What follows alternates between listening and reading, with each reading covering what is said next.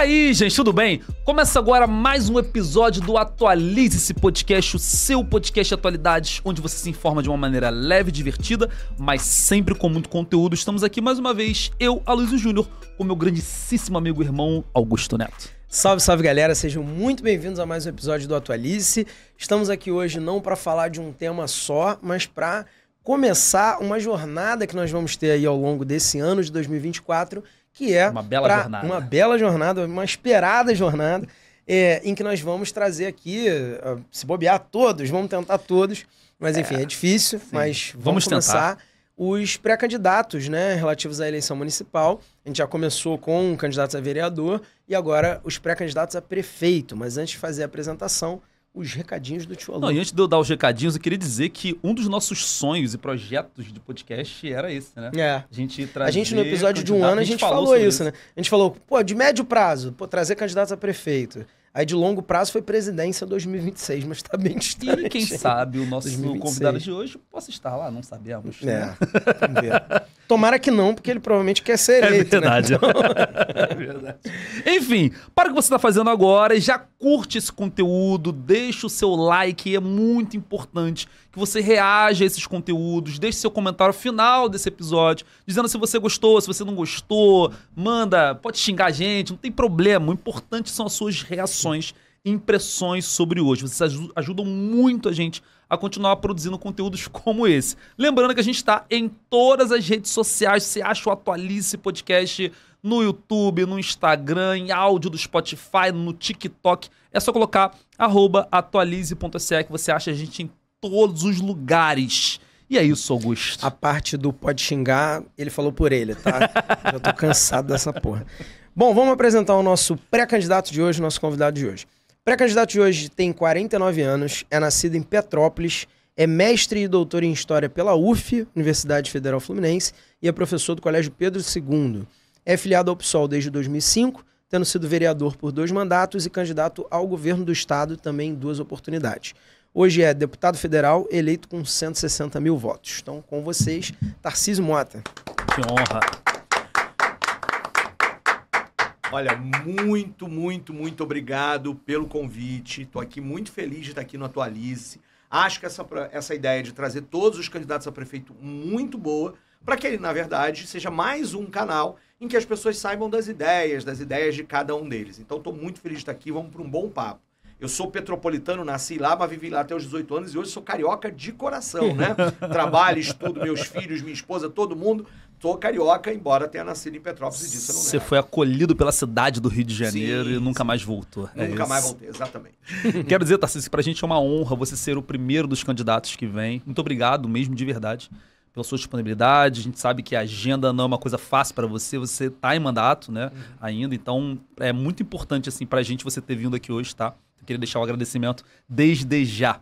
E a gente tem um combinado aqui, desde que nós trouxemos, né, candidatos a vereador, de fazer perguntas, a gente vai dividir esse momento, esse podcast, em 2 etapas, né? 3, né? Tem as caixinhas. Tem a caixinha de perguntas, que é já tradicional. Mas, no primeiro momento, a gente vai fazer perguntas sobre o Rio de Janeiro. Então, já para que você que está assistindo saiba, nós vamos fazer isso com todos os candidatos de maneira bem democrática, né? Democraticamente, como a Heloísa Helena nos ensinou. E fazer as mesmas perguntas para todos, né? Então, vão ser 3 perguntinhas sobre a cidade do Rio de Janeiro. E no segundo momento, a gente vai fazer perguntas sobre você, para que as pessoas que não te conhecem ainda tão bem conheçam, quais são suas propostas, o que você pensa para a cidade do Rio de Janeiro, o que você pensa para o Brasil também, né? Então, a gente vai dividir dessa forma. E o terceiro momento, né, que você falou, a caixinha de perguntas, tá? Então, a gente não vai cronometrar tempo, não vai ter réplica e tréplica, sim. nada disso. Mas não é um debate. Não né? é um debate, a gente só sugeriu ao Tarcísio que essas perguntas iniciais a gente tente mais ou menos uns 5 minutos, um pouquinho mais para cada uma delas, para a gente conseguir mais ou menos ter um tempo equivalente para todo mundo que topar essa jornada com a gente. Exatamente. Né? Então, a primeira pergunta que eu vou ler exatamente como é para fazer idêntica para todos. Como que o pré-candidato avalia a atual gestão da cidade do Rio de Janeiro e por quê? Então, a nossa candidatura, nossa pré-candidatura, porque ainda não começou o período de campanha, é uma pré-candidatura de oposição. Foi assim que nós nos comportamos e construímos, inclusive, na Câmara de Vereadores. Então, por óbvio, né, a nossa avaliação de que a administração atual do Rio de Janeiro tem muitos problemas. A cidade do Rio de Janeiro hoje é uma cidade violenta, desigual, cara, com muitos problemas. E ela tem uma gestão que é a continuidade de muitos anos dessa mesma gestão. Então a avaliação nossa é que os problemas da cidade do Rio de Janeiro não serão resolvidos por quem os criou. Então os problemas que a gente tem no campo da mobilidade, no campo da segurança, da moradia, no campo, não vão ser resolvidos por um mesmo grupo político que está no poder nessa cidade há tanto tempo assim. E ela é uma gestão muito boa de comunicação. Eu ultimamente tenho dito que é não um prefeito, mas um prefake, né? Porque na verdade ele gosta muito de vender um produto que quando você olha na realidade ele é falso, ele não se sustenta na realidade das pessoas. Então é tudo muito bonitinho, tudo muito bem comunicado, mas na prática as pessoas continuam a viver numa cidade cara, desigual, violenta, numa cidade em que o acesso a direitos básicos como casa, como transporte, como educação, como saúde, continua negado para a grande maioria dessa população. E por isso nós apostamos na questão de uma mudança. É hora de você mudar o marco de poder no Rio de Janeiro para uma transformação nessa cidade, para que as pessoas que nela vivem, trabalhem, possam ser mais felizes. No fundo, esse é o sentido da pré-candidatura que a gente está construindo e do programa que nós, do PSOL, construímos pelo menos desde 2008, com várias eleições em que a gente construiu e apresentou uma cidade, que é essa ideia de que essa cidade não precisa nem ser a cidade da ganância, a cidade balcão de negócios, nem a cidade do ódio e da intolerância. Pode ser uma cidade de direitos. Muito bem. A segunda pergunta é: quais você acha que são os 3 principais problemas do Rio de Janeiro hoje em dia e por que você seria a melhor pessoa para lidar com eles? Ótimo. Vamos lá. Tem que escolher 3, então 3. Tá bom, vou escolher 3. São muitos, mas Sim. Tudo bem. Eu diria que o primeiro problema maior, né, da cidade do Rio de Janeiro é o elemento da desigualdade social presente nesta cidade hoje, que se expressa de forma, inclusive, muito forte do ponto de vista da territorialidade. Por isso a gente defende que o Rio de Janeiro precisa de uma verdadeira revolução urbana. Então esse elemento é para combater e enfrentar a questão da desigualdade, da pobreza. E por que então a gente fala em revolução urbana para lidar com isso? Porque aqui onde nós vamos discutir situações como moradia, trabalho, transporte, são elementos fundamentais para que você enfrente a questão da desigualdade social. Então, esse elemento do acesso à renda, do acesso à comida, do acesso à moradia, da possibilidade de circular pela cidade, da possibilidade de ter trabalho na cidade, na nossa opinião, é fundamental. Por quê? Hoje, qual é o modelo de desenvolvimento do Rio de Janeiro? Não há. A cidade do Rio de Janeiro não tem um futuro, não tem um rumo. E, portanto, isso faz com que a nossa cidade vá se tornando cada vez mais, inclusive, desigual. Quando a gente olha para a zona oeste da cidade do Rio de Janeiro, largada, jogada de mão. Quando você olha para setores da zona norte, quando você olha para setores das favelas, não há uma política séria de habitação popular. O debate sobre o BRT, ele é um debate que está lá, abriu-se o corredor de BRT na Avenida Brasil, se complicou o trânsito da cidade como um todo. Enquanto isso, você tem a passagem de metrô mais cara. Ah, mas o metrô não é o prefeito, mas o prefeito nem se posiciona sobre isso. Continua mesmo a máfia a tomar conta dos transportes. Então, isso tudo vai gerando o problema da desigualdade. Então, problema 1. O segundo problema que a gente está apresentando como um problema central na cidade do Rio de Janeiro é, de fato, a questão do acesso à educação e cultura. E, portanto, a gente apresenta a perspectiva de uma revolução educacional. A educação, o conhecimento, a cultura são a base de desenvolvimento de uma sociedade justa e democrática. Então, no nosso entendimento, nós temos a maior rede de escolas da América Latina, ela está presente em cada bairro, em cada território, e ainda assim o professor está desvalorizado, a escola não atinge seus objetivos, há um potencial enorme para que isso se transforme a vida na cidade, para que a gente construa um saber sobre a cidade que remonte por ela própria. Mais uma vez, o problema da cidade está em que hoje a educação é tratada como uma jogada de marketing, ou seja, você pega uma sala de aula numa escola, bota uns equipamentos e chama essa escola de ginásio experimental tecnológico, pega a partir do investimento federal, cria o IMPA, né, importante, um polo do IMPA na região do Porto e acha que está resolvido o problema da educação, enquanto as mais de 1.540 escolas estão sucateadas, enquanto você não tem agente de apoio à educação especial para acolher crianças com deficiência. Com isso faz com que a educação seja a perda de um potencial muito grande. As vagas de creche, um outro problema grave. O Eduardo Paes resolve né, apostar nas creches conveniadas, que deveriam ser um suplemento das creches públicas. Mas não, hoje é o projeto de vaga para creche na cidade do Rio de Janeiro, enquanto as creches integrais estão virando as creches parciais. Isso, portanto, a educação é o segundo problema que eu queria citar aqui. E o terceiro, ele tem a ver com a questão do colapso climático global. Ah, mas isso é um problema da cidade do Rio de Janeiro? É. Todo ano nós vivemos o quê? Enchentes, desabamentos, pessoas morrendo, prejuízos financeiros e humanos, porque a cidade não está minimamente preparada para enfrentar os eventos climáticos extremos. Por isso a gente defende uma revolução ecológica na cidade do Rio de Janeiro. É preciso pensar a questão ecológica em toda a política pública. Ela tem que atravessar a política pública. Ela tem que, por exemplo, enfrentar o racismo ambiental. Produzir uma cidade antirracista é produzir hoje uma cidade segura para todos que moram nela, sobretudo olhando para as periferias. Esse elemento, para nós, ele é crucial. Eu fui presidente da CPI das enchentes na Câmara dos Vereadores. A gente apresentou mais de 200 propostas ao poder público, a grande maioria delas ignoradas completamente pelo poder público, para que a gente consiga dar garantia para que as pessoas vivam com segurança na cidade do Rio de Janeiro. O Rio de Janeiro é uma das cidades mais vulneráveis aos eventos climáticos extremos. E a gente pode e deve mudar esse elemento. Então, desigualdade social, educação e a questão ambiental e climática, na nossa opinião, são 3 possibilidades de tornar o Rio de Janeiro um lugar melhor para todo mundo viver nele. Beleza. Tarcísio, um complemento que eu queria que você fizesse aqui, e eu prometo que eu vou lembrar de fazer isso também com os outros candidatos, caso eles não apontem, é que assim, não é uma pesquisa que eu tenho olhado, mas é uma percepção. E eu acho que se a pesquisa for feita com o carioca, isso vai ser uma coisa muito explícita. É uma preocupação municipal com a questão da segurança pública. Ótimo. Né?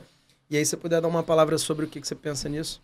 Então, a segurança, sem sombra de dúvida, é um problema real no Brasil e ela está muito evidente no Rio de Janeiro. E aí, portanto, as pessoas hoje andam com medo na rua, né? Eu acho curioso como, por exemplo, nós devemos ter mais ou menos a mesma idade, mas houve uma época em que era comum algumas pessoas mais velhas, etc., olharem lá no Twitter onde é que tinha blitz da lei seca, né? Hoje em dia a gente olha o quê? Onde tem tiroteio, o fogo cruzado. Olha o cúmulo que nós estamos vivendo na cidade, que a gente precisa entender onde é que está tendo tiroteio, porque em algum lugar vai estar tendo algum tiroteio. Isso é muito bizarro, muito bizarro. Ah, mas o problema da segurança é um problema estadual. Não é. O problema da segurança é um problema de todos. E é preciso que a prefeitura haja para melhorar a situação, inclusive diminuindo as causas que dão origem ao problema de segurança pública. E isso, na nossa opinião, significa não só a lógica de ter trabalho, emprego, renda, direitos garantidos, significa usar escolas e a própria cultura como elemento de criação de valores fundamentais, são a lógica do mecanismo da prevenção à questão da insegurança, como, e aqui eu quero tocar diretamente nesse assunto, o domínio territorial domínio de grupos armados de determinados territórios da cidade. Estou falando aqui especificamente da questão das milícias, das narcomilícias, e como é que hoje elas estão controlando partes importantes do território, tem a ver com os serviços públicos e com a política pública municipal. É a política pública municipal que, garantindo moradia digna para as pessoas, fará com que as pessoas não tenham que recorrer à milícia para ter um apartamento para comprar. É a política pública de democratização de acesso à terra que vai fazer com que a milícia não continue a controlar parte dos territórios e a fazer loteamentos irregulares, muitas vezes, inclusive, expandindo para áreas ambientais. Porque se você dá a política política de moradia, você tira o poder econômico da milícia. Se você garante o poder... Lembremos, a grande atividade econômica que a milícia teve no início, no seu primórdio, era o controle do transporte dito alternativo, o transporte das vans. Se você tiver mobilidade urbana de forma integrada, né, e gratuita, porque a gente aposta na tarifa zero como horizonte a ser atingido na cidade do Rio de Janeiro, você retira poder econômico da milícia. Ao tirar poder econômico, você retira poder político. E óbvio, com milícia não tem jogo. Significa não ter nenhum pacto, nenhuma aliança com grupos milicianos e com esse modo miliciano, com essa urbanização miliciana, como alguns intelectuais têm trabalhado nessa ideia, você não tem que ter não pode naturalizar e tem que enfrentar. Portanto, ao enfrentar o poder político desse grupo, você vai resolver parte do problema da segurança na cidade. O prefeito não legisla e não atua com relação ao controle das polícias, né? A guarda municipal não é uma polícia e não pode ser encarada como uma polícia. guarda municipal, ele tem, obviamente, a tarefa de estar na cidade e ajudar no ordenamento urbano, mas ele não pode estar armado. Mais armas na cidade do Rio de Janeiro não vão resolver esse tipo de situação. Mas a prefeitura tem muito o que fazer com a lógica de garantir direitos para prevenir a questão da violência. Dentro ainda desses assuntos, você trouxe pra gente que os 3 principais problemas são a desigualdade social, o acesso à educação, né, que são juntos ali, e a questão do racismo ambiental, dos problemas ambientais. E me chamou a atenção você ter falado exatamente sobre isso. E aí eu fiz a pergunta, né? Por que você acha que você é a solução para esses problemas? E se você podia dizer assim, o que você espera fazer nessas 3 searas? É claro que muita coisa você poderia falar sobre isso, mas o que você acha que poderia fazer para melhorar esses 3 pontos? Assim, eu tenho um projeto para isso, é aqui. Para esse é isso e para esse é isso. Se é que dá para falar sobre isso. Antes dele responder, que eu queria comentar sobre isso da segurança, que ele falou um negocinho. Você falou sobre as pessoas não olharem tanto mais o Twitter da Lei Seca e olharem onde está tendo tiroteio e tal. A família da minha esposa, ela mora ali entre Vila da Penha, Irajá, dependendo de quem é. A mãe dela, por exemplo, minha sogra, mora na Vila da Penha. E eu sou de Jacarepaguá. Sim. Então, quando a gente vai sair de lá num horário mais complicado, a gente tem a opção de vir por dentro, por Madureira, Campinho, Praça Seca e tal, ou pegar a linha amarela. Sim. E nenhum dos 2 caminhos é tranquilo. Porque você passa ali em Madureira, em alguns locais perigosos, onde às vezes tem um arrastão, uma coisa assim. E se você pega pela linha amarela, tem automóvel clube, esmo pra caramba e tal. Aí eu sempre, quando saía da casa da mãe dela ou de alguém lá próximo, virava pra ela, e aí, Madureira ou linha amarela? E a gente ficava quase meio que na sorte. Aí hoje em dia eu pergunto pro meu filho, só que meu filho tem 1 ano e 10 meses. Falo, filho, Madureira ou linha amarela? Às vezes ele fala Maiela, às vezes ele fala Madureira. E aí eu vou na sorte. Vamos contar que ele tá mais próximo de Deus e ele sabe o que tá acontecendo. Mas essa coisa do monitoramento em tempo real da questão do tiroteio, ela é uma coisa que está virando realidade, mostra o absurdo que a gente naturalizar essa situação. E a gente não pode naturalizar essa situação.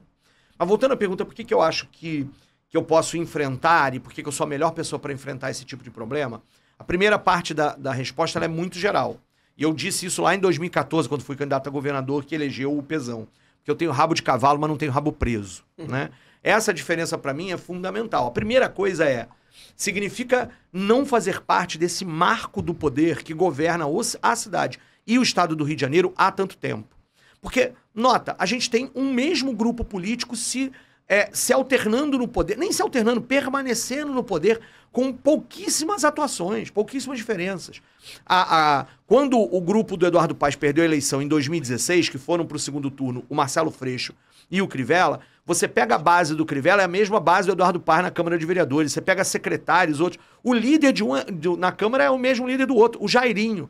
Lembra do Jairinho, preso porque abusou e assassinou uma criança? Né? Ele foi líder tanto do Eduardo Paes quanto do Crivella. Essa galera é tudo da mesma laia. Nós não. Nós enfrentamos esse marco de poder há muito tempo. Marielle Franco, vereadora do PSOL assassinada, o relatório da Polícia Federal diz o quê? Por que ela foi assassinada? Porque as milícias queriam calar o grupo político que enfrentava as milícias. E esse grupo político era o PSOL.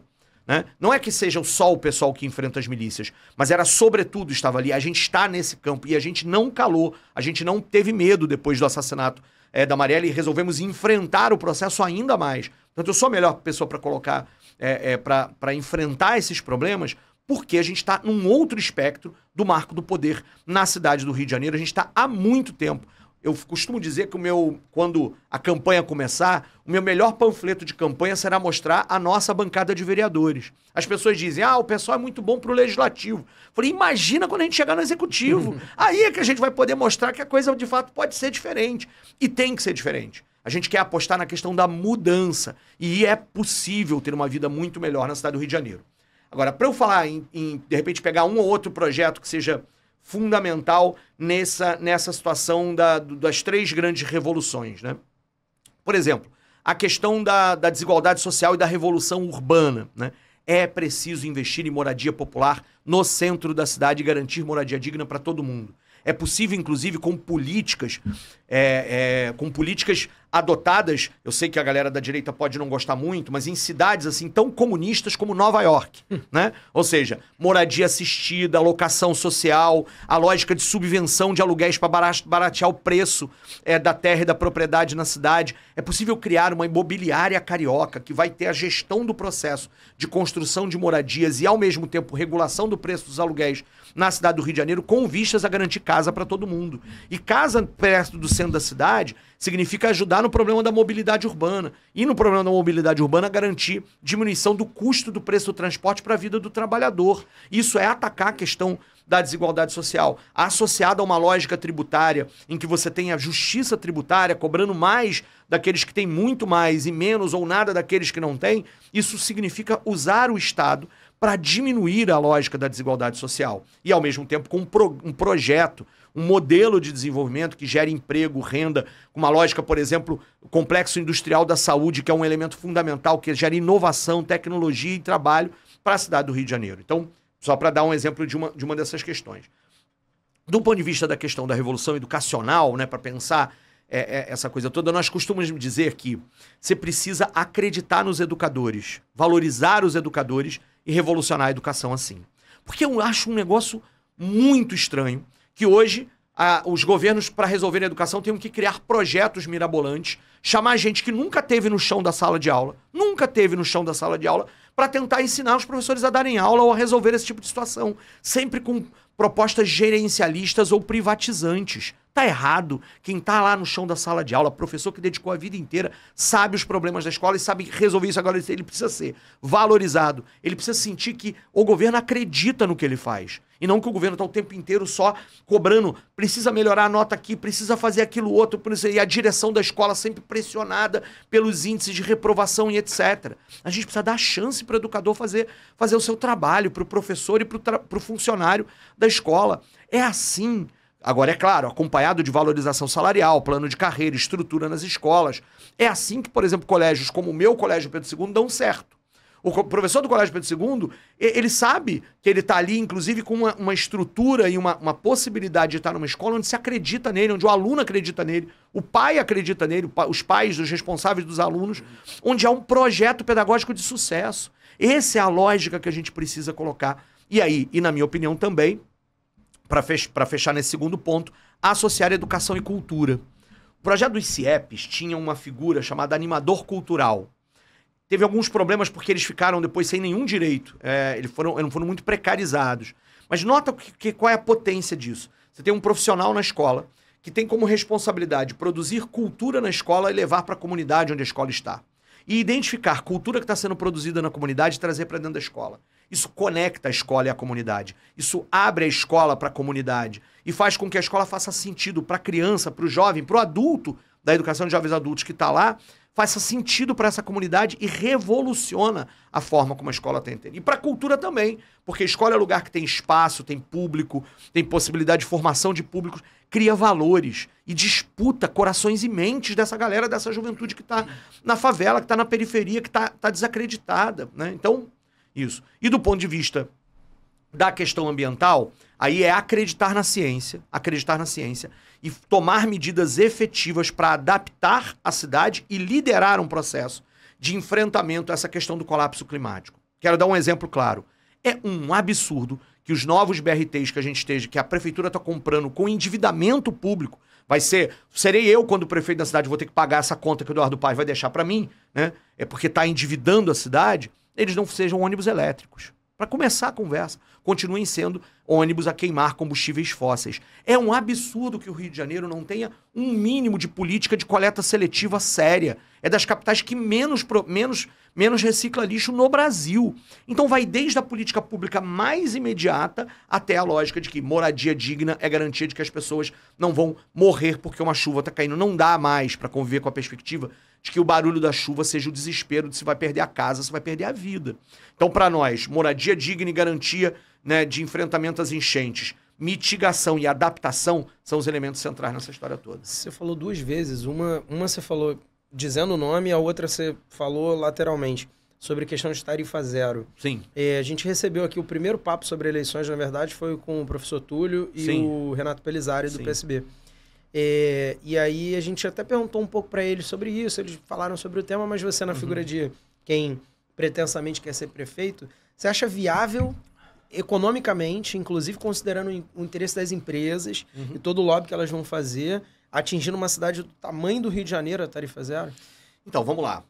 A tarifa zero já é realidade em 67, um pouco menos de 70 cidades no Brasil. Ela não é, portanto, mais uma proposta que está na cabeça de uma galera que nunca foi implementada. Então você tem tarifa zero em várias cidades, de um lado, né? De outro lado, a seguinte situação. O Rio de Janeiro hoje já subsidia parte da tarifa. E esse é um segundo elemento. Portanto, já há dinheiro público pago pelos impostos de todo mundo, de você que está nos assistindo, que está indo para as empresas de ônibus para cobrir o custo de operação do sistema de ônibus, né? E esse é o elemento. A tarifa zero é pegar essa situação do subsídio e levar ao extremo, em que o dinheiro da prefeitura vai custear todo o sistema e o cidadão não precise mais pagar a passagem, tirar do bolso dele o pagamento da passagem para isso. Mas então o que isso significa? Bom, significa, não vai ser um estalar de dedos, mas significa que a gente vai ampliando a lógica do subsídio cada vez mais até chegar à tarifa zero em toda a cidade. Isso pode significar, no início, que a passagem vai ficar de graça no final de semana, ou que a passagem vai ficar de graça na Transoeste. Você pega espaços e territórios da cidade, ou dias e períodos, e vai testando essa situação. A lógica, inclusive, mas de onde vêm os recursos? Bom, a prefeitura tem recursos e você precisa aplicá-los corretamente. Ao mesmo tempo, uma perspectiva de justiça tributária significa que aqueles que têm mais vão pagar mais. Por quê? Se transporte é um direito, ele está sendo pago por quem? Hoje ele é pago pelo trabalhador. Grande parte do orçamento, uma parte enorme, e o Rio de Janeiro é campeão nisso, nesse tipo de coisa, o peso que a passagem, o preço do transporte vai sobre o salário do trabalhador. Ele se desloca pela cidade porque ele precisa se deslocar pela cidade. E, portanto, ele está pagando sozinho essa situação. Nós precisamos inverter isso e dizer que aqueles que têm mais vão pagar mais e aqueles que não têm pagam menos. O preço da passagem não pode cair todo sobre o bolso do trabalhador. Isso significa, na nossa opinião, entender que vai trazer benefícios econômicos para a cidade. O dinheiro que esse trabalhador deixou de gastar na passagem, ele vai consumir, vai gerar mais impostos, vai dinamizar a economia. Isso vai melhorar a possibilidade da circulação das pessoas e o acesso aos lugares e, portanto, aumentar, e a economia segue girando nesse processo. Isso tem que estar associado a uma lógica de justiça tributária e uma lógica paulatina. E eu quero terminar dando um exemplo. Como é que é pago a questão da coleta de lixo? Toda vez que o caminhão da Conlurb passa na sua casa, você paga a passagem? Você paga R$3 para ele passar lá? Não. Porque você reconhece o quê? É importante para a cidade que o lixo seja recolhido. Então ele tem que passar em todos os lugares. E tem lugar que eu sei que não passa. Mas ele tem que passar em todos os lugares. Você lá na conta do IPTU tem a tal da taxa de coleta de lixo, que cobre apenas uma parte, uma pequena parte disso. Que nós defendimos que fosse progressiva e o governo Crivella não deixou ser progressiva. Ela não tem progressividade nisso. Para nós tinha que ter progressividade. Mas essa fonte de receita, o governo paga e custeia a coleta de lixo na casa de todo mundo. É gratuito? Não, o governo paga com impostos que são recolhidos de todos nós. Mas a gente reconhece isso como um direito, a gente reconhece como isso uma necessidade importante para a sociedade como um todo, e imagina se o caminhão de lixo só pudesse recolher de quem tivesse dinheiro para pagar, quando ele passasse lá, o nível de problemas que nós teríamos para a sociedade inteira. Então aí a gente acha que pode ser gratuito, mas a passagem não. Aí a gente precisa inverter a lógica e dizer, o trabalhador precisa circular pela cidade, o trabalhador precisa ter acesso ao hospital, à escola, ao lazer, à cultura. E não pode ser só ele a pagar por isso. Nós temos que construir a lógica. E hoje a prefeitura já subsidia e muitas empresas hoje ganham não por quantos passageiros elas estão transportando a cada dia, mas sim pelo quilômetro rodado, pela eficiência, pela qualidade. Essa parte do subsídio, proposta nossa na CPI dos ônibus, que o Eduardo implementou, mas nunca vai admitir que era proposta nossa, de que a forma de remuneração das empresas não seja pelo número de passageiros, mas pela qualidade do sistema, é também muito importante e está relacionada à ideia da tarifa zero. Beleza. A terceira pergunta que a gente vai fazer é essa. Como você avalia que a polarização no cenário nacional, tanto das últimas de 22 quanto que há por vir, né, pode interferir nessas eleições municipais? Nosso grande desafio é que a polarização não pode ser o único campo possível para primeiro a gente entender a política municipal. A eleição municipal se trata do município. Agora, nós não podemos esconder o lado que a gente é. Eu sou um deputado federal hoje da base do governo Lula, sou uma candidatura de esquerda e não vou esconder isso de ninguém.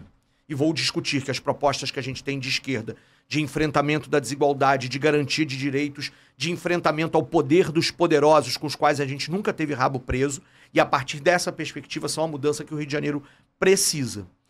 Para nós, derrotar o fascismo e a extrema-direita é urgente, porque o fascismo é o ódio, é a intolerância, é a incapacidade de lidar com o diferente.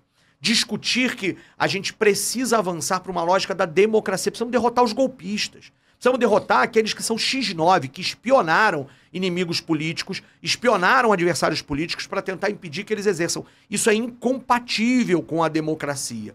E, portanto, quando for preciso incorporar o debate da questão da intolerância, do ódio, do fascismo, do enfrentamento à extrema-direita, essa é a nossa prioridade, derrotar essa extrema-direita fascista que hoje está no Brasil com muita força, derrotar o bolsonarismo, e nós não vamos ter nenhuma dúvida com relação a isso. Mas, por outro lado, a gente também não pode imaginar que basta um candidato dizer que é da base do governo Lula, que ele está incorporando o que mais vigoroso e mais importante havia no programa eleitoral que elegeu Lula para as eleições em 2022. E esse programa nós ajudamos a construir e que seguimos defendendo. É o programa que amplia as vagas nas universidades, é o programa que garante saúde para todos, é o programa que combate a desigualdade social, é o programa que retoma o debate, que repele o negacionismo científico e ambiental e coloca a pauta ambiental na pauta, no centro dos debates. É o programa das cozinhas solidárias. É o programa, esse programa dos Institutos Federais de Educação, da aposta na ciência e na educação. Todo esse programa, que na nossa opinião é o programa que venceu nas urnas em 2022, é o programa que a gente vai reivindicar. Então, nesse debate da polarização, nosso adversário é o ódio, nosso adversário é o golpe, nosso adversário é a extrema-direita, e nossa grande situação, nossa localização nessa história é reconhecer aquelas medidas acertadas do governo Lula e apostar que esta é a mudança que a cidade do Rio de Janeiro precisa, e ela é, na nossa opinião, algo que é inequivocamente uma candidatura de esquerda. Vou te fazer uma pergunta delicada, então. Faça. Eu acho que eu sei qual é, eu ia fazer. Você acha que você já sabe também. Pode escolher, pode escolher. Como que estamos, então, nesse pensamento, entendendo que vocês apoiaram esse programa, defendem, como está defendendo agora esse programa, e muito provavelmente, me corrija se eu estiver errado, não vão ter o apoio recíproco agora nessas eleições. Parece que o Lula está mais pro Eduardo Paes, né? Nós vamos chamar a frente de esquerda até quando for possível. Nós achamos que é preciso ter uma frente de esquerda na cidade do Rio de Janeiro para construir um programa de mudança e de transformação real para o Rio de Janeiro. Então, aproveita aqui para aqueles que são petistas, que são do PCdoB, com quem a gente tem um ótimo diálogo, tem tido ótimas conversas com a Dani Balbi, com a Jandira Fegali. Estou chamando aqui todo mundo que a gente construa uma frente de esquerda. Temos tido diálogos importantes com a Unidade Popular, com o PCB, com o MST, com setores do PT. Deputado federal Lindbergh Farias, temos várias conversas com ele também. Portanto, a gente continua construindo a maior frente de esquerda que a gente for possível fazer. Agora, é verdade que tanto setores do PT, setores da direção do PT, quanto o próprio presidente Lula já sinalizaram que devem apoiar o Eduardo Paes. Há na concepção dessas pessoas a tentativa de construir uma frente ampla, etc. Eu tenho dito para todos eles, e essa é uma coisa que eu vou seguir dizendo, é óbvio que todo partido tem o direito de fazer as alianças que for preciso tal. Mas o Eduardo Paes votou, seu grupo votou no golpe da Dilma Rousseff. Em 2018, quando o segundo turno era Haddad e Bolsonaro, ao ser perguntado num debate na televisão, disse: eu prefiro o programa econômico do Paulo Guedes, e portanto ele disse, nitidamente tentando disputar o apoio do bolsonarismo. Na eleição de 2022 só apoiou o Lula. Lá no finalzinho do primeiro turno, quando algumas pesquisas apontavam que o Lula podia ganhar no primeiro turno, ele falou: opa, vou ficar aqui perdido, preso no Ciro Gomes. Por quê? O Eduardo Paes é um oportunista político. É um oportunista político. E eu espero que o PT possa rever essa posição deles. Agora, se eles decidirem por esse caminho de apoiar o Eduardo Paes, nós seguiremos dizendo: nossa candidatura reivindica o programa do governo Lula. E essa é a questão que a gente vai falar com o eleitor do Lula. Nós queremos falar com um eleitor, queremos falar com aquele que quer a mudança na cidade do Rio de Janeiro. Queremos explicar para eles exatamente isso. Portanto, o que se discute na burocracia partidária, essa decisão de fazer aliança, de ter secretarias, etc., eu respeito muito, sou aliado do PT em várias situações, na grande maioria das situações lá no Parlamento, na Câmara dos Deputados. Mas nosso entendimento é que Eduardo Paes não é uma candidatura, e essa eleição do Rio de Janeiro é em 2 turnos. Não faz sentido. No segundo turno, se por acaso tiver o fascismo, a gente apoia quem não tiver o fascismo. Eu espero o apoio do Eduardo Paes no segundo turno se eu for contra uma candidatura do fascismo. Eu acho que isso vai acontecer.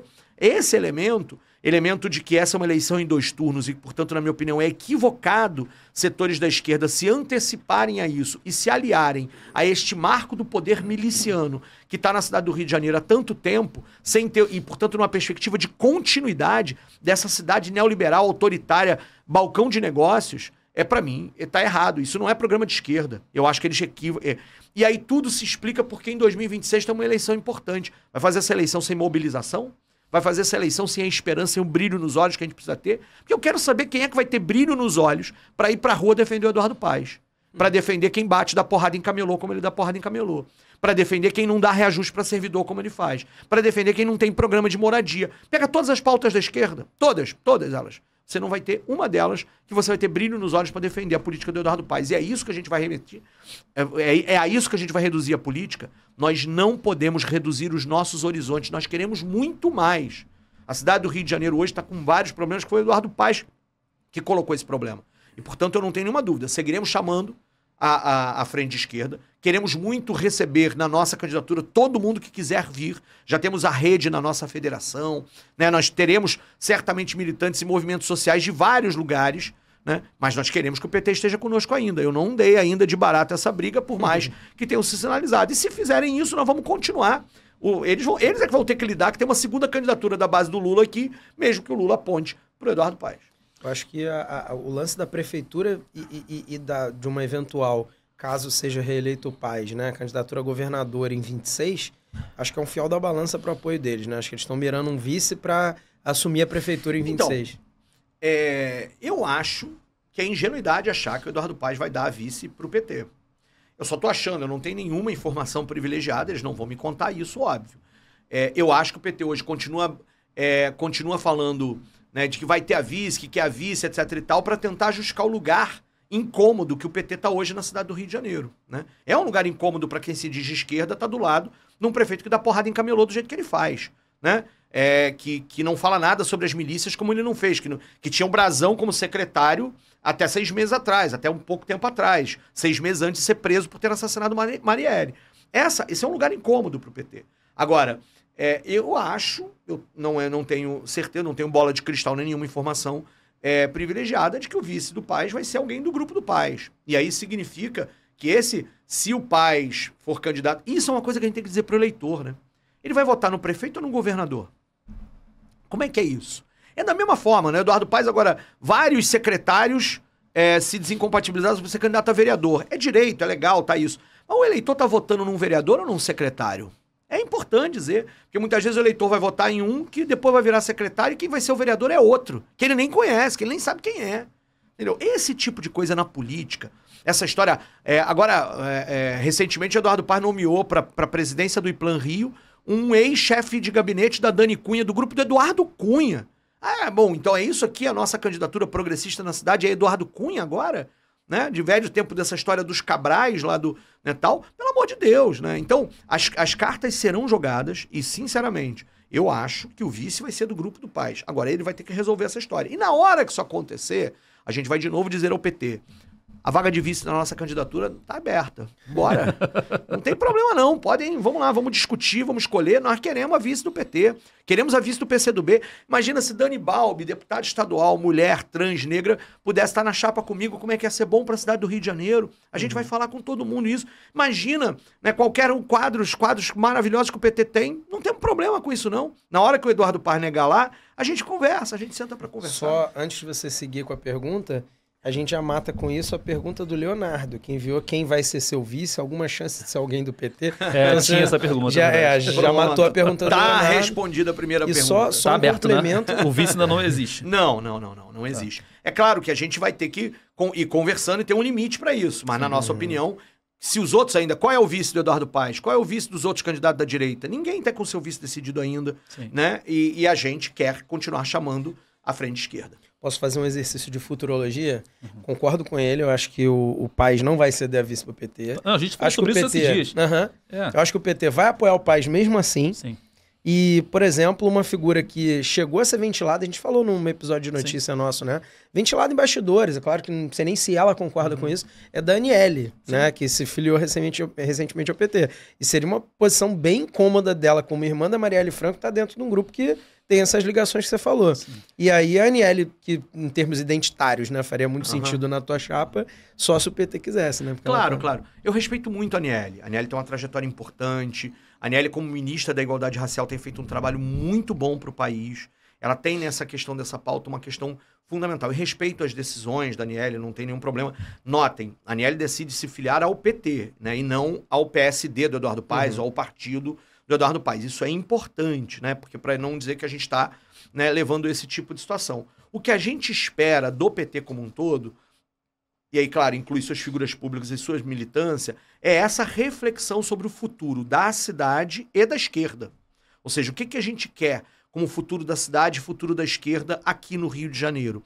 Esses elementos é que eu acho que deveriam levar ao PT a uma reflexão sobre onde é que eles deveriam estar apostando suas fichas no primeiro turno dessas eleições. E com todo o absoluto respeito que eu tenho por Aniele Franco e pela sua decisão de ter se filiado ao Partido dos Trabalhadores, com quem a gente tem excelentes relações e existem excelentes quadros, posso citar vários deles. Agora, é claro que eu seria muito honrado de ter a Aniele como vice, né? Ela ministra, etc., figura que tem. Agora, com outros quadros do PT e do PCdoB que sejam possíveis acontecer nessa história. E aí haveria coerência programática. Esse é um elemento que a gente sempre defendeu para a cidade do Rio de Janeiro. Nós não devemos ter alianças políticas apenas pelo pragmático. Então eu me alio aqui a um partido porque ele me dá mais tempo de TV e porque ele me permite mais tantos candidatos a vereador fazendo campanha para mim, e depois eu prometo uma secretaria para ele. E aí essa secretaria, no final das contas, vira num loteamento de cargos, e aquele órgão público, aquela secretaria, não vão fazer o que precisam para a cidade. Vão fazer a política deste secretário ou daquela pessoa que ganhou o cargo em troca de votos e vai tentar reproduzir isso. O caso que eu estou falando sobre o Iplan Rio, por exemplo, é decisivo. O Iplan Rio é a empresa de tecnologia da cidade. E você vai colocar isso num loteamento de cargos, você vai fazer isso com o Instituto Pereira Passos, que produz conhecimento sobre a cidade para isso, você vai fazer isso com a Rio Tour, né? Que é o que o Eduardo Paes faz, está loteando para um montão de gente. Está loteando para um montão de gente esse tipo de situação. A escolha de secretariado, ela é política. Mas ela não pode ser política na lógica do toma lá da cá. Isso não é... A criminalização da política levou as pessoas a acharem que tudo que é político é ruim. Não. Temos um programa político para a cidade, vamos escolher os melhores quadros para cumprir aquela política. E esses quadros têm a ver com... Vai ser um professor para estar na Secretaria Municipal de Educação, vai ser alguém profissional da saúde para estar na Secretaria de Saúde, que tenha compromisso com o SUS, com a saúde pública universal, e assim sucessivamente. E não, olha, vai aqui o partido, escolhe quem você quiser. Pelo amor de Deus, o eleitor não tem que votar nisso. É neste ponto que a gente está falando sobre a diferença, e a aliança do PT com o Eduardo Paes terá contradições, e nós esperamos que eles antecipem essas contradições e mudem de ideia. Antes de a gente entrar num tema um pouco mais leve do que esse, a gente vai voltar nesses assuntos depois. A gente gosta muito de falar sobre isso. Eu queria que você comentasse o fato também de que o PT vai apoiar o PSOL lá em São Paulo, né? E aí isso pode ser usado por vocês aqui do Rio de Janeiro como um argumento? Já foi feito, essas conversas existem e tal? Vocês estão apoiando lá, e aí? Como é que fica aqui? Não, então, essa faz parte, por exemplo, o Boulos representa a mudança para São Paulo, a mudança que São Paulo precisa. Né? A candidatura do Boulos encarna um projeto de esquerda muito importante. E nós vamos ter muito espelho em várias coisas que o Guilherme Boulos está fazendo lá, né? E aí a questão sempre foi regional. O PSOL, por exemplo, recentemente, indicou, ainda não estava definido, nós podemos apoiar 5 candidatos a prefeito do PT aqui no estado do Rio de Janeiro. O PT, por sua vez, em vários lugares em que nós temos candidatos a prefeito, e eles não estão apontando a mesma coisa. Nós estamos falando, olha... Amiguinhos, não é assim que fazemos, né? Quem quer rir? Só tem dali pra cá, que história é essa? Sim. Agora, o Boulos, sem sombra de dúvida, é a possibilidade de uma retomada de um projeto coletivo de esquerda. Eu tenho muita esperança e expectativa, estou muito animado. Assim como estou muito animado com a campanha da Thalíria, ali em Niterói. E Thalíria terá o apoio do PSB, terá o apoio do oficial do PSB, que estava na campanha, estava no governo do Rodrigo Neves até pouco tempo atrás. E o PT lá está dividido também. Parte com o Rodrigo Neves, parte com a Thalíria. Aqui não teria problema para mim. Parte vai continuar com o Eduardo Paes, mas parte vai estar com a gente. oficialmente onde é que o PT vai estar, onde é que o PCdoB vai estar. Esse tipo de situação ainda está muito em jogo. E claro, a gente sempre fala, olha, o exemplo de São Paulo, onde a esquerda está unida num programa e numa figura pública, que é o Guilherme Boulos, deveria ser um modelo pra gente em vários lugares. E a gente vai continuar fazendo isso. É até interessante que lá em São Paulo o PT tá fazendo uma força grande até pra Tabata deixar de ser candidata pra entrar também num grande acordão nacional, puxando aquele O sonho de princesa do Lula é o Boulos ir pro PT, pô. Vamos combinar. Não, claro, o Tarcísio não precisa concordar com isso, mas porque, é o sonho do Lula. Até porque é Mas um pouco olha, parecido assim, com a história, né? Vindo ali do sindicalismo sim, e tal. Mas nota, Boulos é uma liderança política nacional, uma das maiores lideranças políticas nacionais da esquerda, e está no partido com maior vigor na esquerda recentemente. Sim. Então, para mim, o Boulos está no lugar certo. Ele sabe disso e nós sabemos disso. Essa história de que nós temos uma aliança para derrotar o bolsonarismo, essa aliança é importante. Nós queremos que o governo Lula transforme este país, mas, por exemplo, votamos unidos contra o arcabouço fiscal, que, na nossa opinião, era a continuidade de uma política equivocada, uma política econômica equivocada. E o Boulos votou com a gente. É importante que a gente diga isso. Portanto, o sonho de consumo do Lula pode ser esse, mas o Boulos está no lugar certo, que é o Partido Socialismo e Liberdade, é o futuro da esquerda, de um programa de fato de esquerda para esse país. Agora, nós falamos isso, e falei isso para todo mundo aqui no PT, do PCdoB, do PDT, do PSB, figuras de esquerda desses partidos, dizendo, olha, aqui no Rio de Janeiro, a gente está cansado de lutar sozinho contra esse marco de poder. A gente precisa de vocês do nosso lado. Aqui no Rio de Janeiro, o elemento dessa questão das milícias, ele é um elemento definidor que é diferente no resto do país. Esse elemento dessa unidade que se criou em torno desse cabralismo, cujo Eduardo Paes é a maior figura, ele precisa ser rompido. E a gente tem dito isso para as pessoas, e digo mais, os eleitores desses partidos, do PT, do PDT, do PCdoB, etc. e tal, reconhecem isso. Em 2022, quais foram as grandes vitórias desses partidos? Dani Balbi, Marina do MST. Candidaturas de mulheres nitidamente de esquerdas, que nunca compactuaram com esse pacto de poder. Elas são as grandes vitórias eleitorais desses partidos, né? Para que a gente entenda que o eleitor de esquerda percebe isso. E ao perceber isso, está escolhendo nomes centrais nessa política. Então nós esperamos, inclusive, de que aqui esses partidos possam, de fato, participar conosco desse processo. O pessoal não quer estar sozinho, nem a gente acha que a gente é melhor do que ninguém nesse processo.